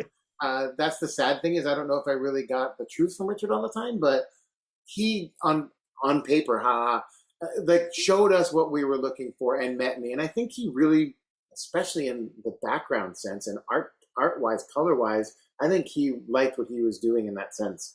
The toughest thing for me, like I think the real big thing, was the character design spot. He was not able to do the kind of style that I think I wanted to push to, and that's what you were talking about. This is the kinds of things that I've learned and grown into in my confidence level that I would do completely different now. If Sam called me in the room and was like, this is the show we want to make, we want you to do it, and here's all the designs, I'd be like, those designs don't work. I'll try and work with these guys to see if we can get there, but if there's any friction at all, I need you to let me fire these guys and hire someone else. And instead, I didn't have the confidence to be like, this is not working, get rid of them. I was like, well, Sam already hired this guy and he likes this guy and this is what he wants and I got to try and make this work, but with what no, I should not have done that. I should not have done that. Seriously, I think Richard was meeting my demands completely, right? I think he was giving me what I wanted. It was on the character design side that I couldn't see eye to eye with my designer, and he hated where I was trying to go, rightfully so. I said this earlier, I'm going to continue to make sure I'm totally putting good light on this designer. He was doing wonderful work. It's just he did not know how to do. Perfect example. You take and look at Family Guy designs, and people are like, oh, that shit, that's so easy. Anyone can draw that. No, they can't. They've had the same designers on there, and you try and go and do something that really works in that style, and there's a trick to it. There's an art form to that too. But if you don't understand it, don't appreciate it, don't like it, and it's not your wheelhouse, you shouldn't be trying to do it. And this designer this just wasn't his wheelhouse. So he couldn't find out. He designed these things this one way, met with me and was trying to work with me so hard to give me what I wanted, but he's speaking French and I'm asking him to speak Spanish. He can't do that. He's going to get a couple of words right, but it's just not right for him. And I should have just, like I said, the lesson is he was the issue that happened with character designs, and we had to ship these shows and start going, and they were like, we're done. We can't work on these character designs anymore. And what I should have done, and in hindsight, I would have said earlier on, hey, respectfully, this isn't working. I need to get someone else in here. And I should have stopped it earlier, and we could have fixed this. We could have made this stronger. I feel so bad right now because I haven't talked to the character designer since we stopped working on Be Cool, and I can't remember his name right now. I feel so bad. I could probably figure it out or go look it up. Probably if you look up on IMDb, you can find who it is. I can tell you who it was, because we had other character designers that came on after him that were just wonderful and just so right in the pocket. And like I said, if you look at our monster designs, there's a good example. Yes, I was trying to make the monster designs fit in and work within the world of what we locked the Scooby characters to be, but there's definitely a slight difference in how we're approaching those designs, and they're definitely a stronger design sense and sensibility than the actual main characters are at times. And so if you look at that, you can start to see, yeah, I'm still trying to make them fit in this world, but they're stronger in design sense, I think, than what we had on our mains. And that's why, like I'll always say, Richard was not a problem for me. In the beginning of that show, my gosh, Richard was on my side and trying to help me get what I wanted and trying to support what John was writing as well, that more than I could have hoped for. He really was. It's funny because I'm not a huge fan, and I haven't been for a long time, of the discourse about the designs. I'm actually I cringe a little bit every time I hear somebody talking about designs, just because it comes up so much and it's such a focus. And I do try, and I kind of set out when I wanted to talk to you. I was like, I'm not going to sit here and I'm not going to talk about the designs. Other people have talked to you about the designs. I want to talk more about kind of the process and the thinking behind it. But of course, we're talking about the designs. But you know what? It's so important though, because people don't really fully understand how we got where we got, and it's so important to know that that's the biggest mistake that was made on this show was not forcing me to say, does this work for you? Because if not, we're going to start over. And the biggest mistake I made was not saying, this doesn't work for me and I'm trying to make it work.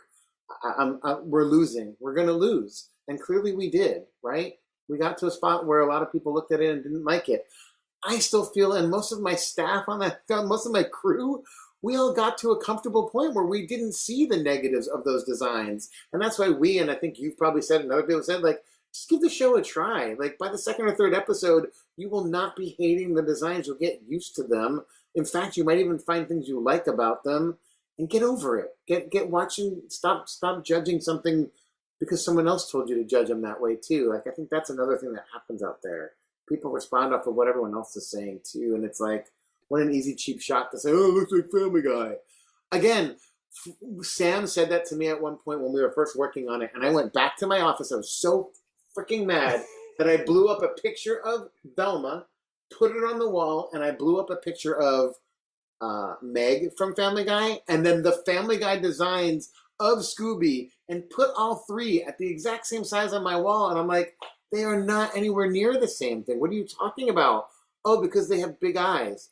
Is that what it is? Like, what is your deal? Put them on top of each other, and the proportions are different. The rules are different. But there's similarities that people want. And then I would always say, like, John would always say this too. Oh, so that's a bad thing, that our show looks like one of the most popular shows in the entire history of television. Cool. That's great. Anyway. Somebody tweeted a picture of the Family Guy Scooby designs. It was like a screen capture or whatever, and everybody was kind of having their comment dog pile or whatever, and I was just like, meh, looks like Be Cool Scooby-Doo. That's funny. That's great. I'm really curious about the characters, because in all my conversations with John, in the few conversations I've even had with you, and just like listening to interviews with all of you, you talk so much about the characters and how the comedy came from the characters and how you wanted to give them actual, personalities, and not just he likes traps and she's the clumsy one, or, whatever.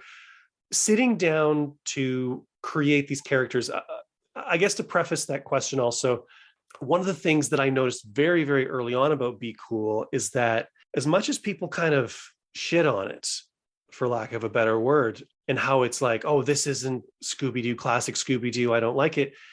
It's one of the most loving tributes to the 1969 show. The homage is real. Like, there's nothing in that show, I don't think, that doesn't actually honor what Ruby and Spears and Takamoto and Bill and Joe and everybody kind of created back in 69. You very much wanted to keep it rooted in that mentality and that ethos, and you just wanted to bring something more to it. So having said all of that, sitting down to build these kind of characters up from scratch, so to speak, what was that process like, and what were you looking for when doing that? So I will never forget the fun that John and I had in my office when we were doing just that. We had a giant board, and he has an image of it somewhere because we used to keep it around with us all the time.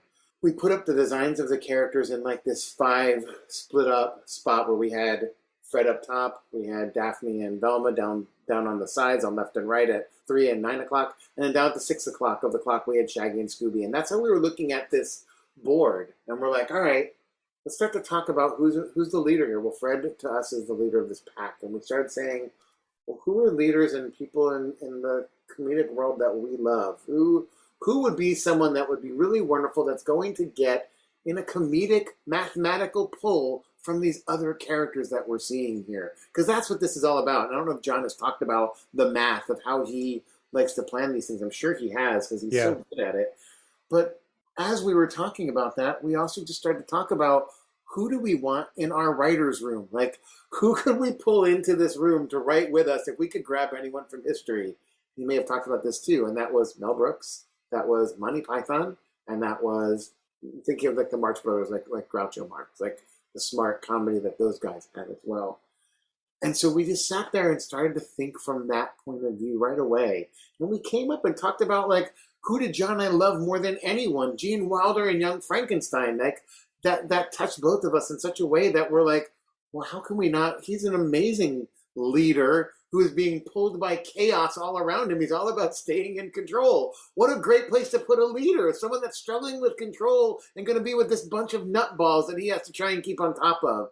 And that's where it started for us. And then we just started going and figuring out what bounces off of that. Who could Velma be? Well, Velma's the smart one and the overly brainy one. So she's going to be more like Scully from Mulder and Scully. Oh, well, then that means now we know who the other players are going to be and how they're going to bounce off of each other.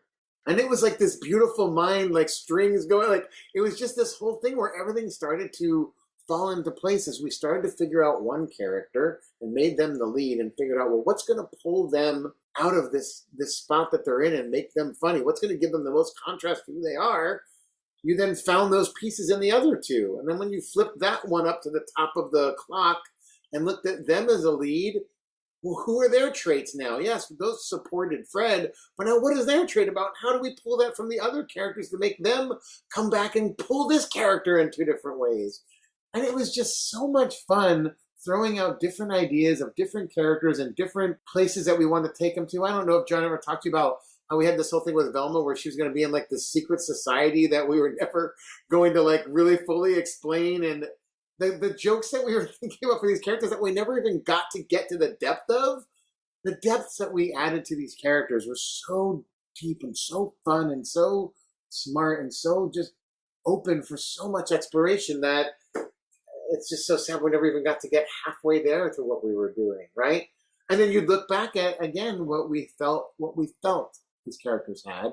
Look, I will never, ever poop on any of the other versions that were on before this because without those, we wouldn't have had the starting point of where we came. 100%. So we love them and respect them for what they are. When we say they didn't have personalities, I'm not trying to attack them. I'm saying we just took them to a much deeper spot. And it was so much fun, right? But we did exactly what you said, and thank you so much for even acknowledging that and seeing that. I feel like we tried to respect those original characters so much. We really were not trying to change them and break them and poke fun at them as much as we were just trying to expand on, you know, if we could have gotten with Ruby Spears or whomever you were talking about earlier, you know, Takmoto, we could have gotten in the room with any of those people and really worked on the show with them. This is what we would have been bringing to the room back then. And the crazy thing is, John was the mastermind of really being able to keep this all flowing and working. And there aren't that many people that can do what he can do in this kind of writing. And that's a whole other layer of I'm sure you heard of some of the trouble we ran into on the show. It was really hard to find. Actually, I'm going to pause for a minute because I definitely want to talk about that for a second. The writing on the show was one of the hardest things for this series, and John was the mastermind at it. He had the comedic voice. He understood in the room what we were trying to do. We created these characters and what their engines were. I'm sure he's used the word engines before of what drove these characters. We knew them more than anybody did. And anyone that came to work on our show just went back to the original series and thought that's what they were making. Or they'd hear us talk about it and think they understood and then try and write or board or design off of that kind of idea. And it's like, that's not what we were doing. We had so much more going on for it. The fact that we weren't able to have an in-house staff is ridiculous. John wrote 52 episodes of a series in like 2 or 3 or whatever it was. With, yes, we freelanced out, but freelance writing, no offense to any of those writers, they're all really strong and really great. They can't be in the pocket with us like we are. And it made John's job that much harder because he had to rewrite so much of what was going on.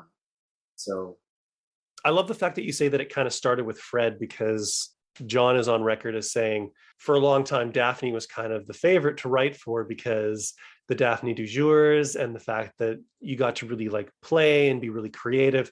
But he really came around to loving Fred, and Fred became his favorite to write for. And I don't think in the history in the 52 whatever odd year history of the show, has anybody said that Fred was their favorite character to write for? So it kind of makes sense that it started with Fred and it kind of came back to Fred. Like I said, because we infused so much of it wasn't 100% Gene Wilder from Young Frankenstein, but there was a lot of it in there. I don't know. I'm sure, did John ever show or talk to you about that shot or that whole sequence in the dorsal foot episode, the one where Fred takes a break? They go to Daphne's beach house. Do you know what I'm talking about? It's the shark. Oh, some Fred time. Yeah, thank you. So if you watch that scene where they come into the doorway and he's like standing on the stairs and there's that whole fun, awkward moment, it is like right out of Young Frankenstein. The whole thing of when she's like, would you like some von milk? He's like, no, thank you. Like, it's almost like we just stole from that scene and redid it. But so I think John really did fall in love with writing Fred because of that reason. Like, he kind of got to work with Gene Wilder, even though he wasn't working with Gene Wilder, right? Like, what a dream to come true. Going back to your Daphne comment, though, my God, that is obviously, it was so sad when people still didn't really get the fact that Daphne is so much deeper than what the first instinct is. They think that she's just a goofball whack job. She's so much deeper and more complex than that. And what John did with her character and writing for her, oh my gosh, like. I'm still learning stuff about this show, which is kind of surprising me, and I also kind of love it. But as much as I love Daphne, finding out, I'm not sure if it was you talking about it or John talking about it, but the fact that she grew up rich and sheltered, and what you have is basically this teenager who's experiencing freedom for the first time, and she's like, I'm going to try everything. Yeah, and that is the essence of Daphne. Yeah, our board that we talked about where we had Fred up and we had Daphne and Velma. Next to Daphne was a picture of, like I said, so you had Scully and Mulder, right, from X-Files. So we had Mulder on her side because she believed and wanted to believe in everything and was going to push against the logic of Velma 100%. But the other thing was a picture of Rapunzel. The idea of there's this character that was locked away and didn't get exposed to anything in a metaphoric way, locked away, because she was raised in such a perfect, we said the butlers even had butlers, was John's joke. Like, she was that privileged of a lifestyle, and here she was on her own to try and experience and find anything, and it was so freeing. I'm sure you've heard from him or me how Daphne even came about, right? About how the original drawings that with the roller skates? Yes, oh my gosh. And how they were like, this is going to be the show we're going to do. We're like, no, it's not. We can't have a character. That was so great. And I think John may have even mentioned this. Our characters are smart. They may seem dumb because of the situations or how they react, but they're not. They're smart characters. And John's whole thing was, they thought, well, how funny would it be to have Daphne on roller skates that can't ever figure them out and it'll be goofy all the time. He's like, well, then she's an idiot. She should have taken them off or learned how to wear, like, why is she still wearing them if by episode 26 she still can't use them? But it was what gave us this, all right, this is the coolest thing that happens in this industry more than you know. You will get a note or a direction from an executive that at first you're like, that is the dumbest thing. We can't do that. But you get minds in the room that are really good and really creative and really smart. And they will find a solution that is way better than you could imagine. And it creates this whole character for Daphne. Like, that's so much of what we had for her, right? Like, that's where that kind of came from, of figuring this part out of, she's going to be experiencing things for the first time, so she's going to try everything from wearing a beard to eventually we even did roller skates just to be funny and pay homage to that. So, I suppose some people could probably cite this as potentially a flaw in the show. Again, you guys have talked about how so much of the basis of the show comes from the characters and you focus so much on the characters. But it wasn't until I heard one of you two speaking about Daphne that became clear to me. Because you never actually articulate in that show directly. It's not the business of the show to be like, this is my trauma and this is how I'm dealing with my trauma. I mean, that's part of the sophistication of the writing. But I think, I talked earlier about how the silliness of it, I think, makes people engage with it a lot more passively. So even for myself, I think it's taken a number of viewings to pick up on some of the things. As much as I loved it on one level, I'm kind of like, learning to love it on different levels. And it's really only been this year, listening to other interviews that you and John have done and spending more time with the show myself and talking to other people who've worked on the show, that I think really internalizing what you guys were talking about with the character and really understanding Fred and Velma and Daphne, even Shaggy and Scooby to a degree. So I think that some people might cite that as a fault because it's not giving somebody an easy in. Sure. And when you're saying it's about character, and then people are just like, Daphne's using puppets, how is that about character? But it is about character when you... Even more so, like, right? Talk about a metaphor and a metaphor. Like, Daphne is using puppets to help everyone understand about their character, right? Like, that couldn't be more character-driven moment of a choice to use puppets to get people to learn about themselves, right? Like, so anyway, I think that's just hilarious that, that's a good note to at least hear and understand. I hope that, like you said, the more people watch the show, the more they do find that out. But yeah, think about how heavy and deep that would be if we're like, yeah, poor Daphne is this character that was raised with so much money and privilege that she didn't ever get to experience, and now she, like, we just want that. That's for us to know, right? Like, that's the underlying, that's what's driving her. And so hopefully it's coming out in little ways here and there, from getting invited to that party like it's 1899, that whole invitation bit in the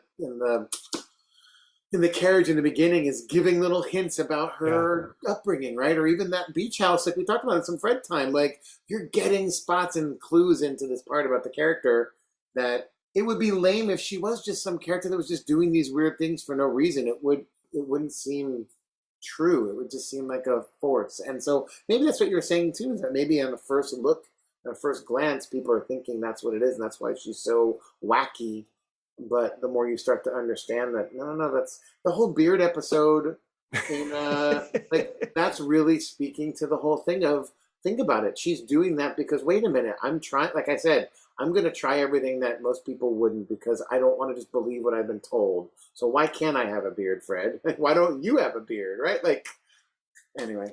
I suppose at the same time, I said that you can maybe look at it as a fault of the show, but I was going to say, we talked about Gravity Falls earlier, and Gravity Falls is a perfect example of a show that rewards deeper engagement. You can literally just watch 2 seasons of this show, and it's fun and well done, incredibly animated and designed and well written, and you get a full story and you're done. Or you could be watching the backgrounds, you could be deciphering the clues, you could be frame by framing episodes, just to get every single little tidbit that you can out of it.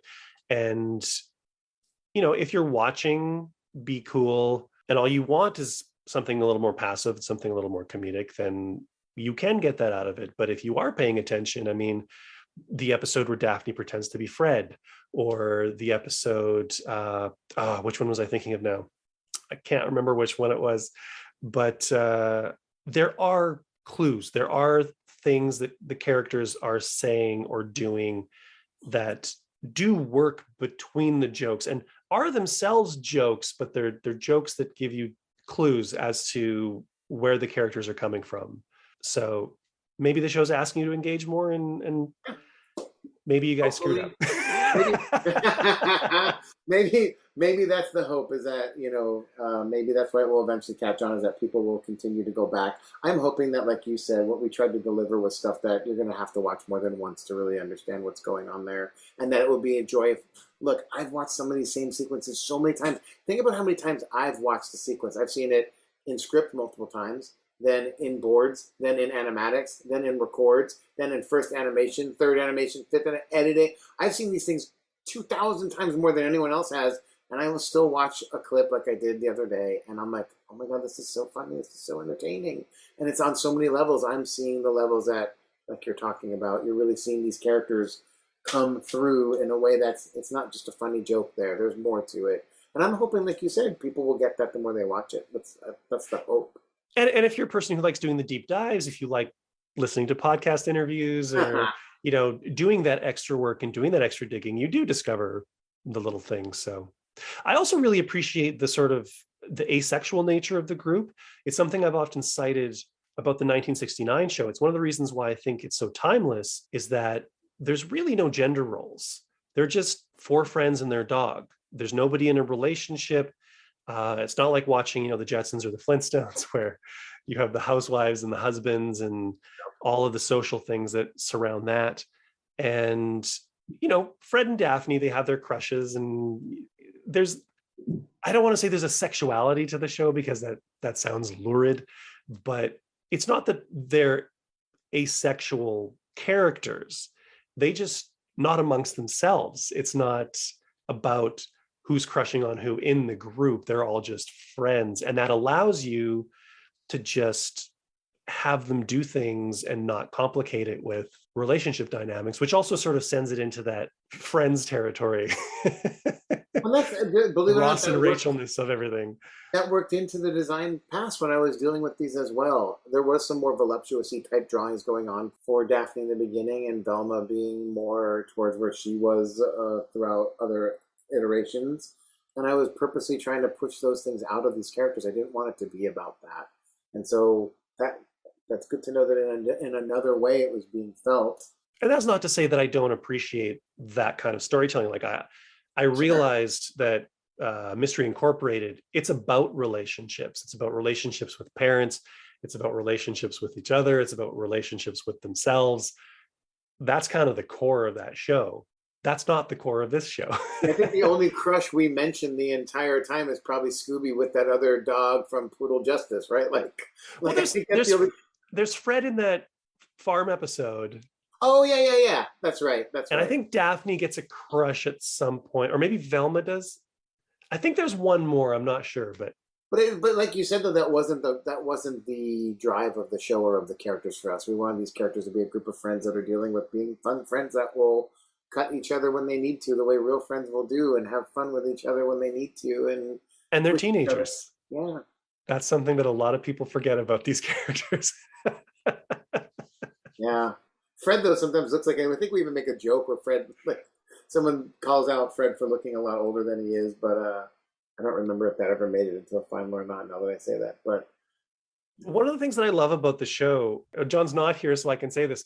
I don't think every joke works. I don't think every joke lands, but you can always tell that you're basically swinging for the fences. And I love the fact that you're trying different things, and sometimes it's super broad stuff. Sometimes it's really low key stuff, but it's just not being afraid to play. Like, you have this sandbox, you've done your foundational kind of work building the characters and setting up the world, and it's like, all right, let's what's crazy too? You know what's crazy too, though? If you look at the amount of layers of what has to fire for a joke to work, right? The timing has to be right. The read has to be right. The original writing of it has to be right. How it's animated has to be right. The colors of it have to be right. Is the music interfering? Is that right? How did the director take, or the board artist take, that line and those dialogues and those pieces and put them all together to make it sing or not? You know, we had a thing, and I won't say who the director was, but we had a problem with the director once who we came in to watch a screening on something, and we're like, what did you, like, this totally doesn't work. Like, you didn't even honor the script. You didn't stage and board this correctly to make the joke land. And their response was, yeah, well, I didn't really like the joke anyway, so I wasn't going to try and fix it. I knew that I wanted to get something different out of this anyway. And we're like, wow, that's not your job. Your job is to make our writing, our jokes land the best way they can. And if you have a pitch for something better, please, by all means, draw it in there, board it to us. But to purposely let something get sabotaged because you didn't think it worked now leaves us in a thing where it's like, oh man, well, how do we go from here now? Because now we don't know if our original thing worked, and you now are steering our vision, not the other way around. So I guarantee you there's even times where you're going to see jokes that don't land because, and John and I will talk about this all the time, and I'm not pointing fingers at who it is, but because it wasn't executed right. And so sometimes there are jokes that, and I've seen this on Simpsons like crazy over the last couple of years, where I'll watch an episode and be like, oh my God, that is so freaking funny, but it wasn't executed properly, and so therefore it kind of fell flat. And that's not knocking anyone in particular. It could have been a million reasons why, but I wonder if sometimes, like, I'd love to have him like, Zach, this joke, John, Zach, this didn't work. This sucks ass. You guys suck. And we can be like, okay, we do. Or we can be like, you know what happened here? This is why that didn't play out right. And here was the initial way we wanted this to play, and this is how it would have worked. And I don't know, maybe we'll convert you on a couple more of those. But I'm glad you don't have to like everything we do. I that's totally fair. It's not mandatory to love absolutely everything in every show. It's yes, it is. No. I've always been curious. There was a comment made, it might have been in my conversation with John, or it might have been something that I'd seen or heard previous to that, where the pilot has Velma going to Kingston University because she's applying to universities. And in my head, for some reason, I have this understanding that at some point the show was designed as this was the summer before people start moving on past high school, and they were having like their adventure driving around doing stuff. Was that how it started out, and then it just kind of faded away? Yeah, the original Bible, when we walked onto the show, that was the structure, was that this was going to be their last summer together before they all went off to college. And that's why exactly why we started that first. Good for you for even catching on to that. That's why we started that episode with having that as part of Velma's drive. This was, college. Some of them were even applying to her. There's some joke in there like that where it's like showing how incredibly wanted she would be at all these colleges. But you're exactly right. That was one of the few things that was in there that we took. Like, oh my God, even the Mystery Machine and all the stuff that it was supposed to do, they wanted that to be way more magical and have way more. If you could figure out like buying they wanted to sell the Mystery Machine toys everywhere because it'd be more Inspector Gadget than you could even imagine, and it has aspects of that in there still. You can probably see it a little bit in there, especially in the pilot with the crossbow and all that stuff. But it didn't work for us. Like, we started there and we're like, that's not important. We don't need that narrative drive. We don't want an overall narrative driving our series. We want to make it that you could watch any episode in any order and there was not one or anything leading you down a path. So I think we I don't know that we completely consciously moved away from it, but it didn't seem to work in where we were going. And so after that pilot episode, I don't think we ever really go back to that in any episode, right? Like, we don't even hint at that, do we? No. Yeah. No. And honestly, I don't think anybody noticed. That's good, because we didn't want it to be there either. We didn't want that. And as you can see, we were being forced in the very beginning to do Clumsy Daphne. That's why she hits the lever on the van and sends it rolling down the hill. And right away we're like, that's not who we want her to be. We don't want her to be that. She's not clumsy. What do we say? Do we even call her that? Or we even use those words, something like that, when she gets out of the gas station or something. I forget. I think Fred might say something about how he's like Daphne proof to the Mystery Machine. Yeah, maybe. Something like that. But yeah, you might be right. That's what if I watched it, I'd be able to remember. Good for you for remembering exactly what it is.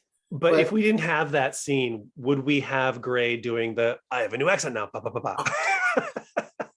Love that. That's the brilliant mind of John frickin' Barry, of just coming up with that absurdity. That's the Monty Python engine coming through, right? Like, I can point to the different comedies and be like, this is who's in John's head at that moment. And when you start to figure that math out, it's pretty fun, because you're like, I see who's inspiring you and whispering in your ear right now, because that's that kind of absurdity that you would get from a Monty Python skit. But did you have more time on the pilot than the other episodes, or was it about average because of how you came in? I think it was about, when John and I were first on the show, we were asked they wanted us to do this clip montage to try and show what the show would look like. This is the difference between how John and I want to do a show and what Sam wanted to do. Sam was like, we want just like grab some dialogue from other episodes and just put together some clips, because I want to see how the show's going to look. Because again, they were all wrapped up and they wanted it to look like this Warner Brothers type thing. And John and I were like, no, we're going to prove that these characters work the way we want to.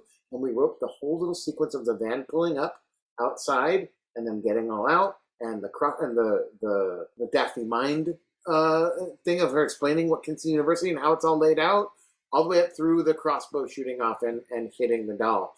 So we wrote that whole thing and boarded it all out before we even got into our first episode. So the director took that whole piece from another board artist that I brought on to help me out with that.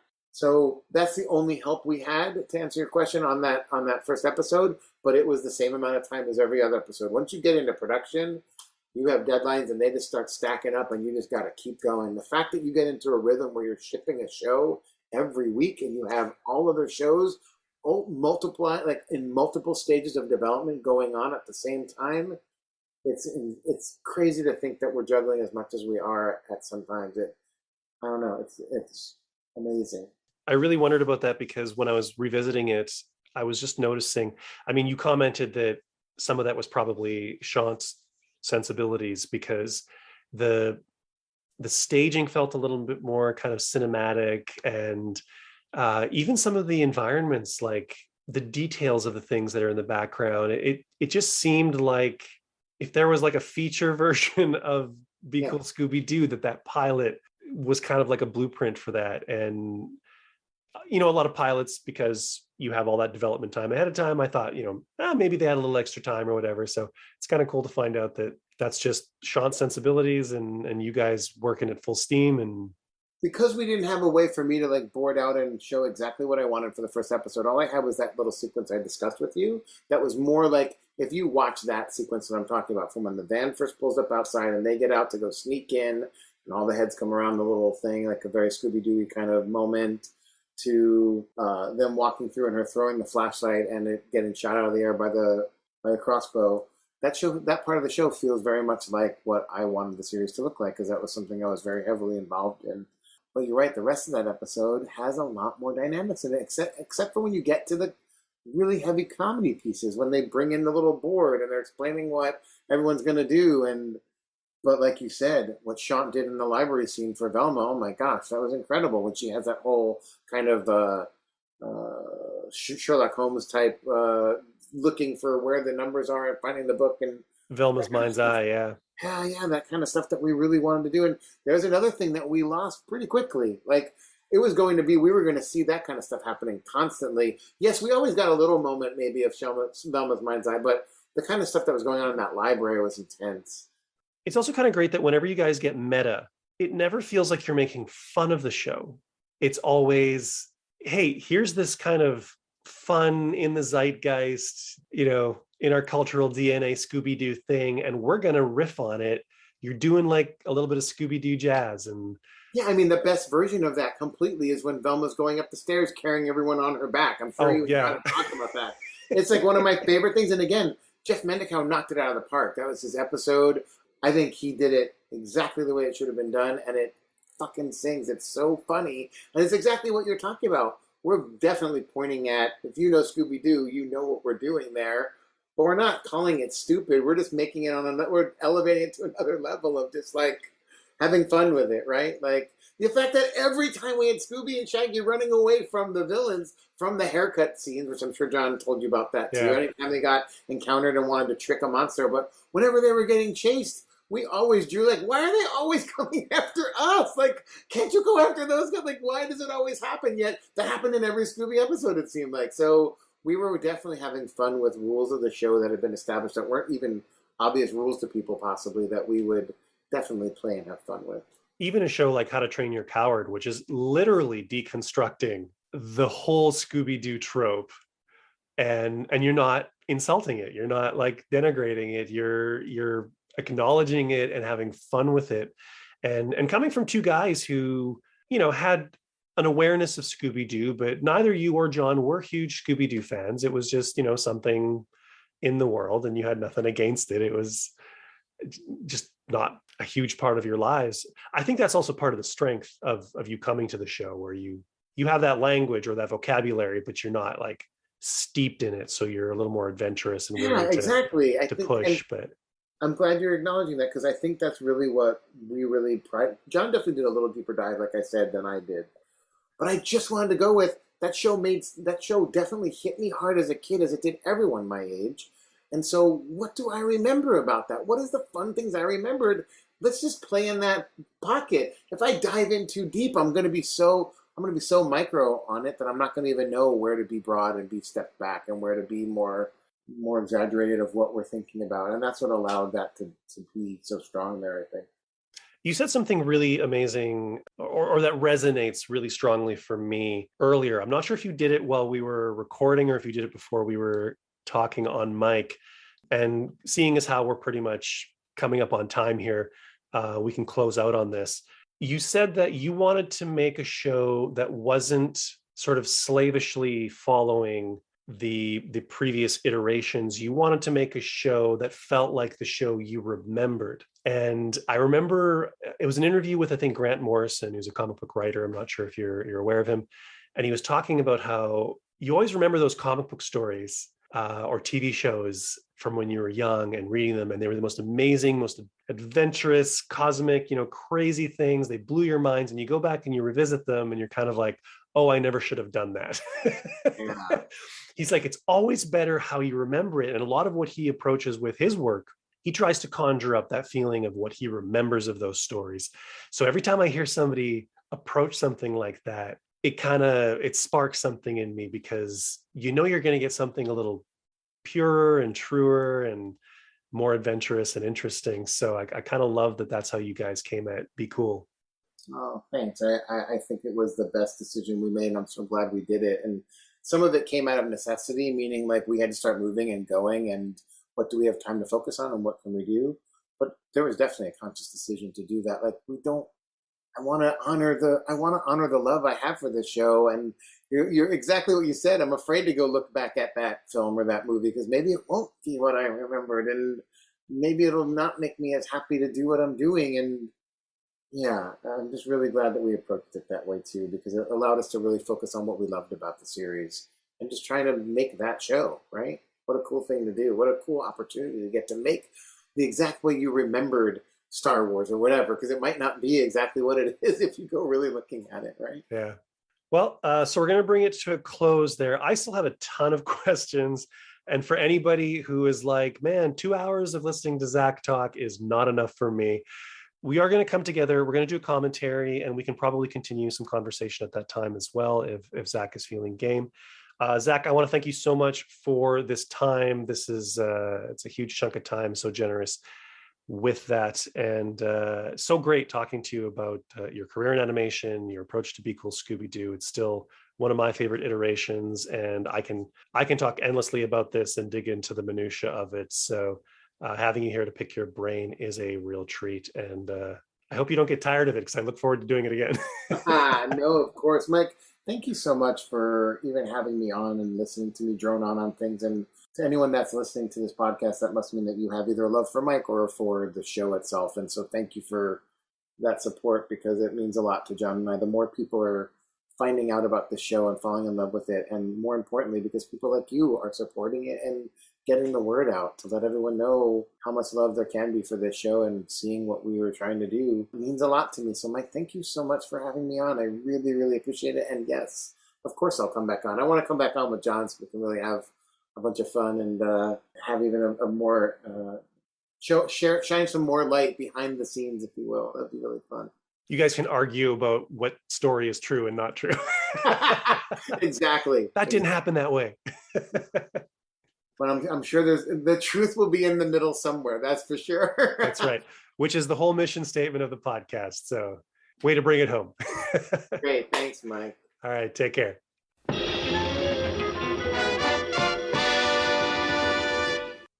And there you have it. That concludes my conversation with Be Cool Scooby-Doo producer, Zac Moncrief. Or does it? As I stated at the end of the chat you just heard, there was a lot of stuff that I didn't get to that I wanted to. We literally just ran out of time. We talked about a little bit about the opening title sequence for Be Cool, probably in like the first 10 minutes of the show, and we never really circled around back to it. There's a few other things that I wanted to touch on. We just never got to them. Just ran out of time. Fortunately, since we had actually planned on recording a commentary with Zac and John, with John pulled away by other things, we had decided that that was going to be something that we just got together and did at another time. So with leaving things the way that they were, and Zac clearly happy and eager to come back and talk some more, I think what we're going to do is, the episode they wanted to talk about was the season 1 episode El Bandito, and that was a show that they kind of felt like things started to coalesce. All the kinks and squeaks and creaks, the growing pains of the show, they'd kind of worked them out, and they had their flow and their rhythm. So they thought that would be a pretty cool episode to get together and talk about in commentary format. But seeing as there's kind of more to chat about, we're probably going to do a little bit of a give Zac and John some time to chat amongst themselves. I'll be there to kind of moderate and ask the questions that I didn't get to ask this time around. So not sure 100% when that's going to happen, but It's in the books. It's on the books. We are going to do it. Keep your eyes peeled to the social media. That's where I'll let people know what's happening.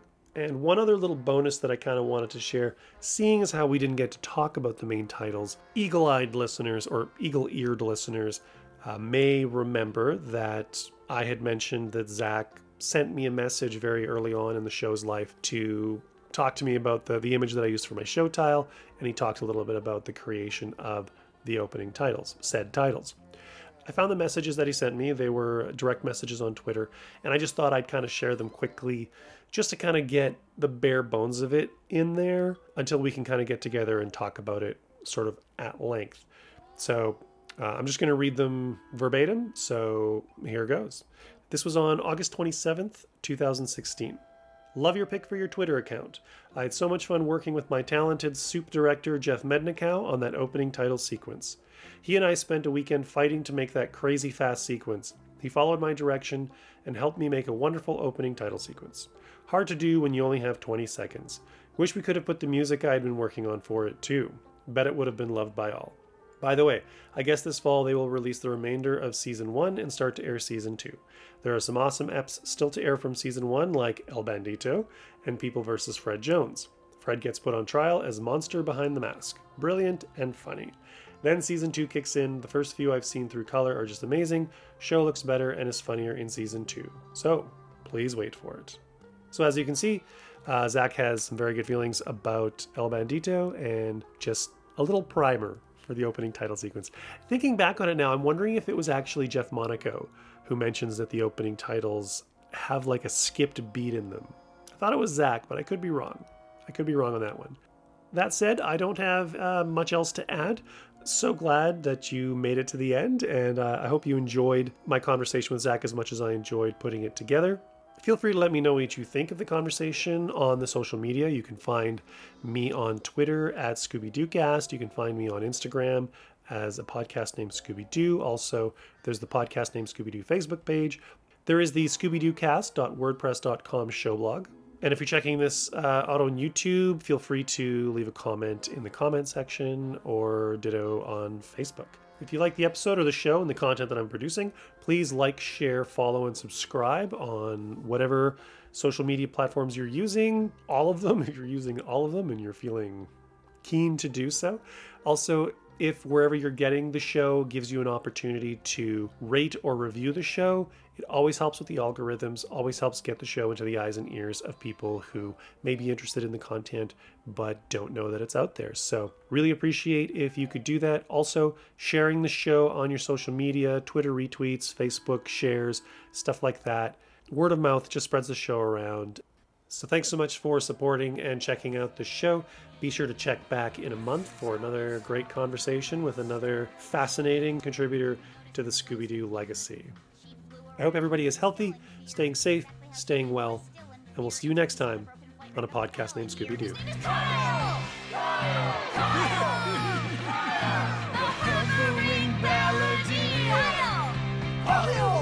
Everybody cheer! This is how we solve the mystery. This is how we solve the mystery. So in summation, this narration is my donation to the art of mystery solving dictation. And here's what the bad guys say when they play where the law forbids. Would have gotten away with it too if it wasn't for you meddling kids. This is how we solve the mystery. Bye. Oh, I should say. Oh, it's been a long time since I've done that. All right. Let's do this intro again.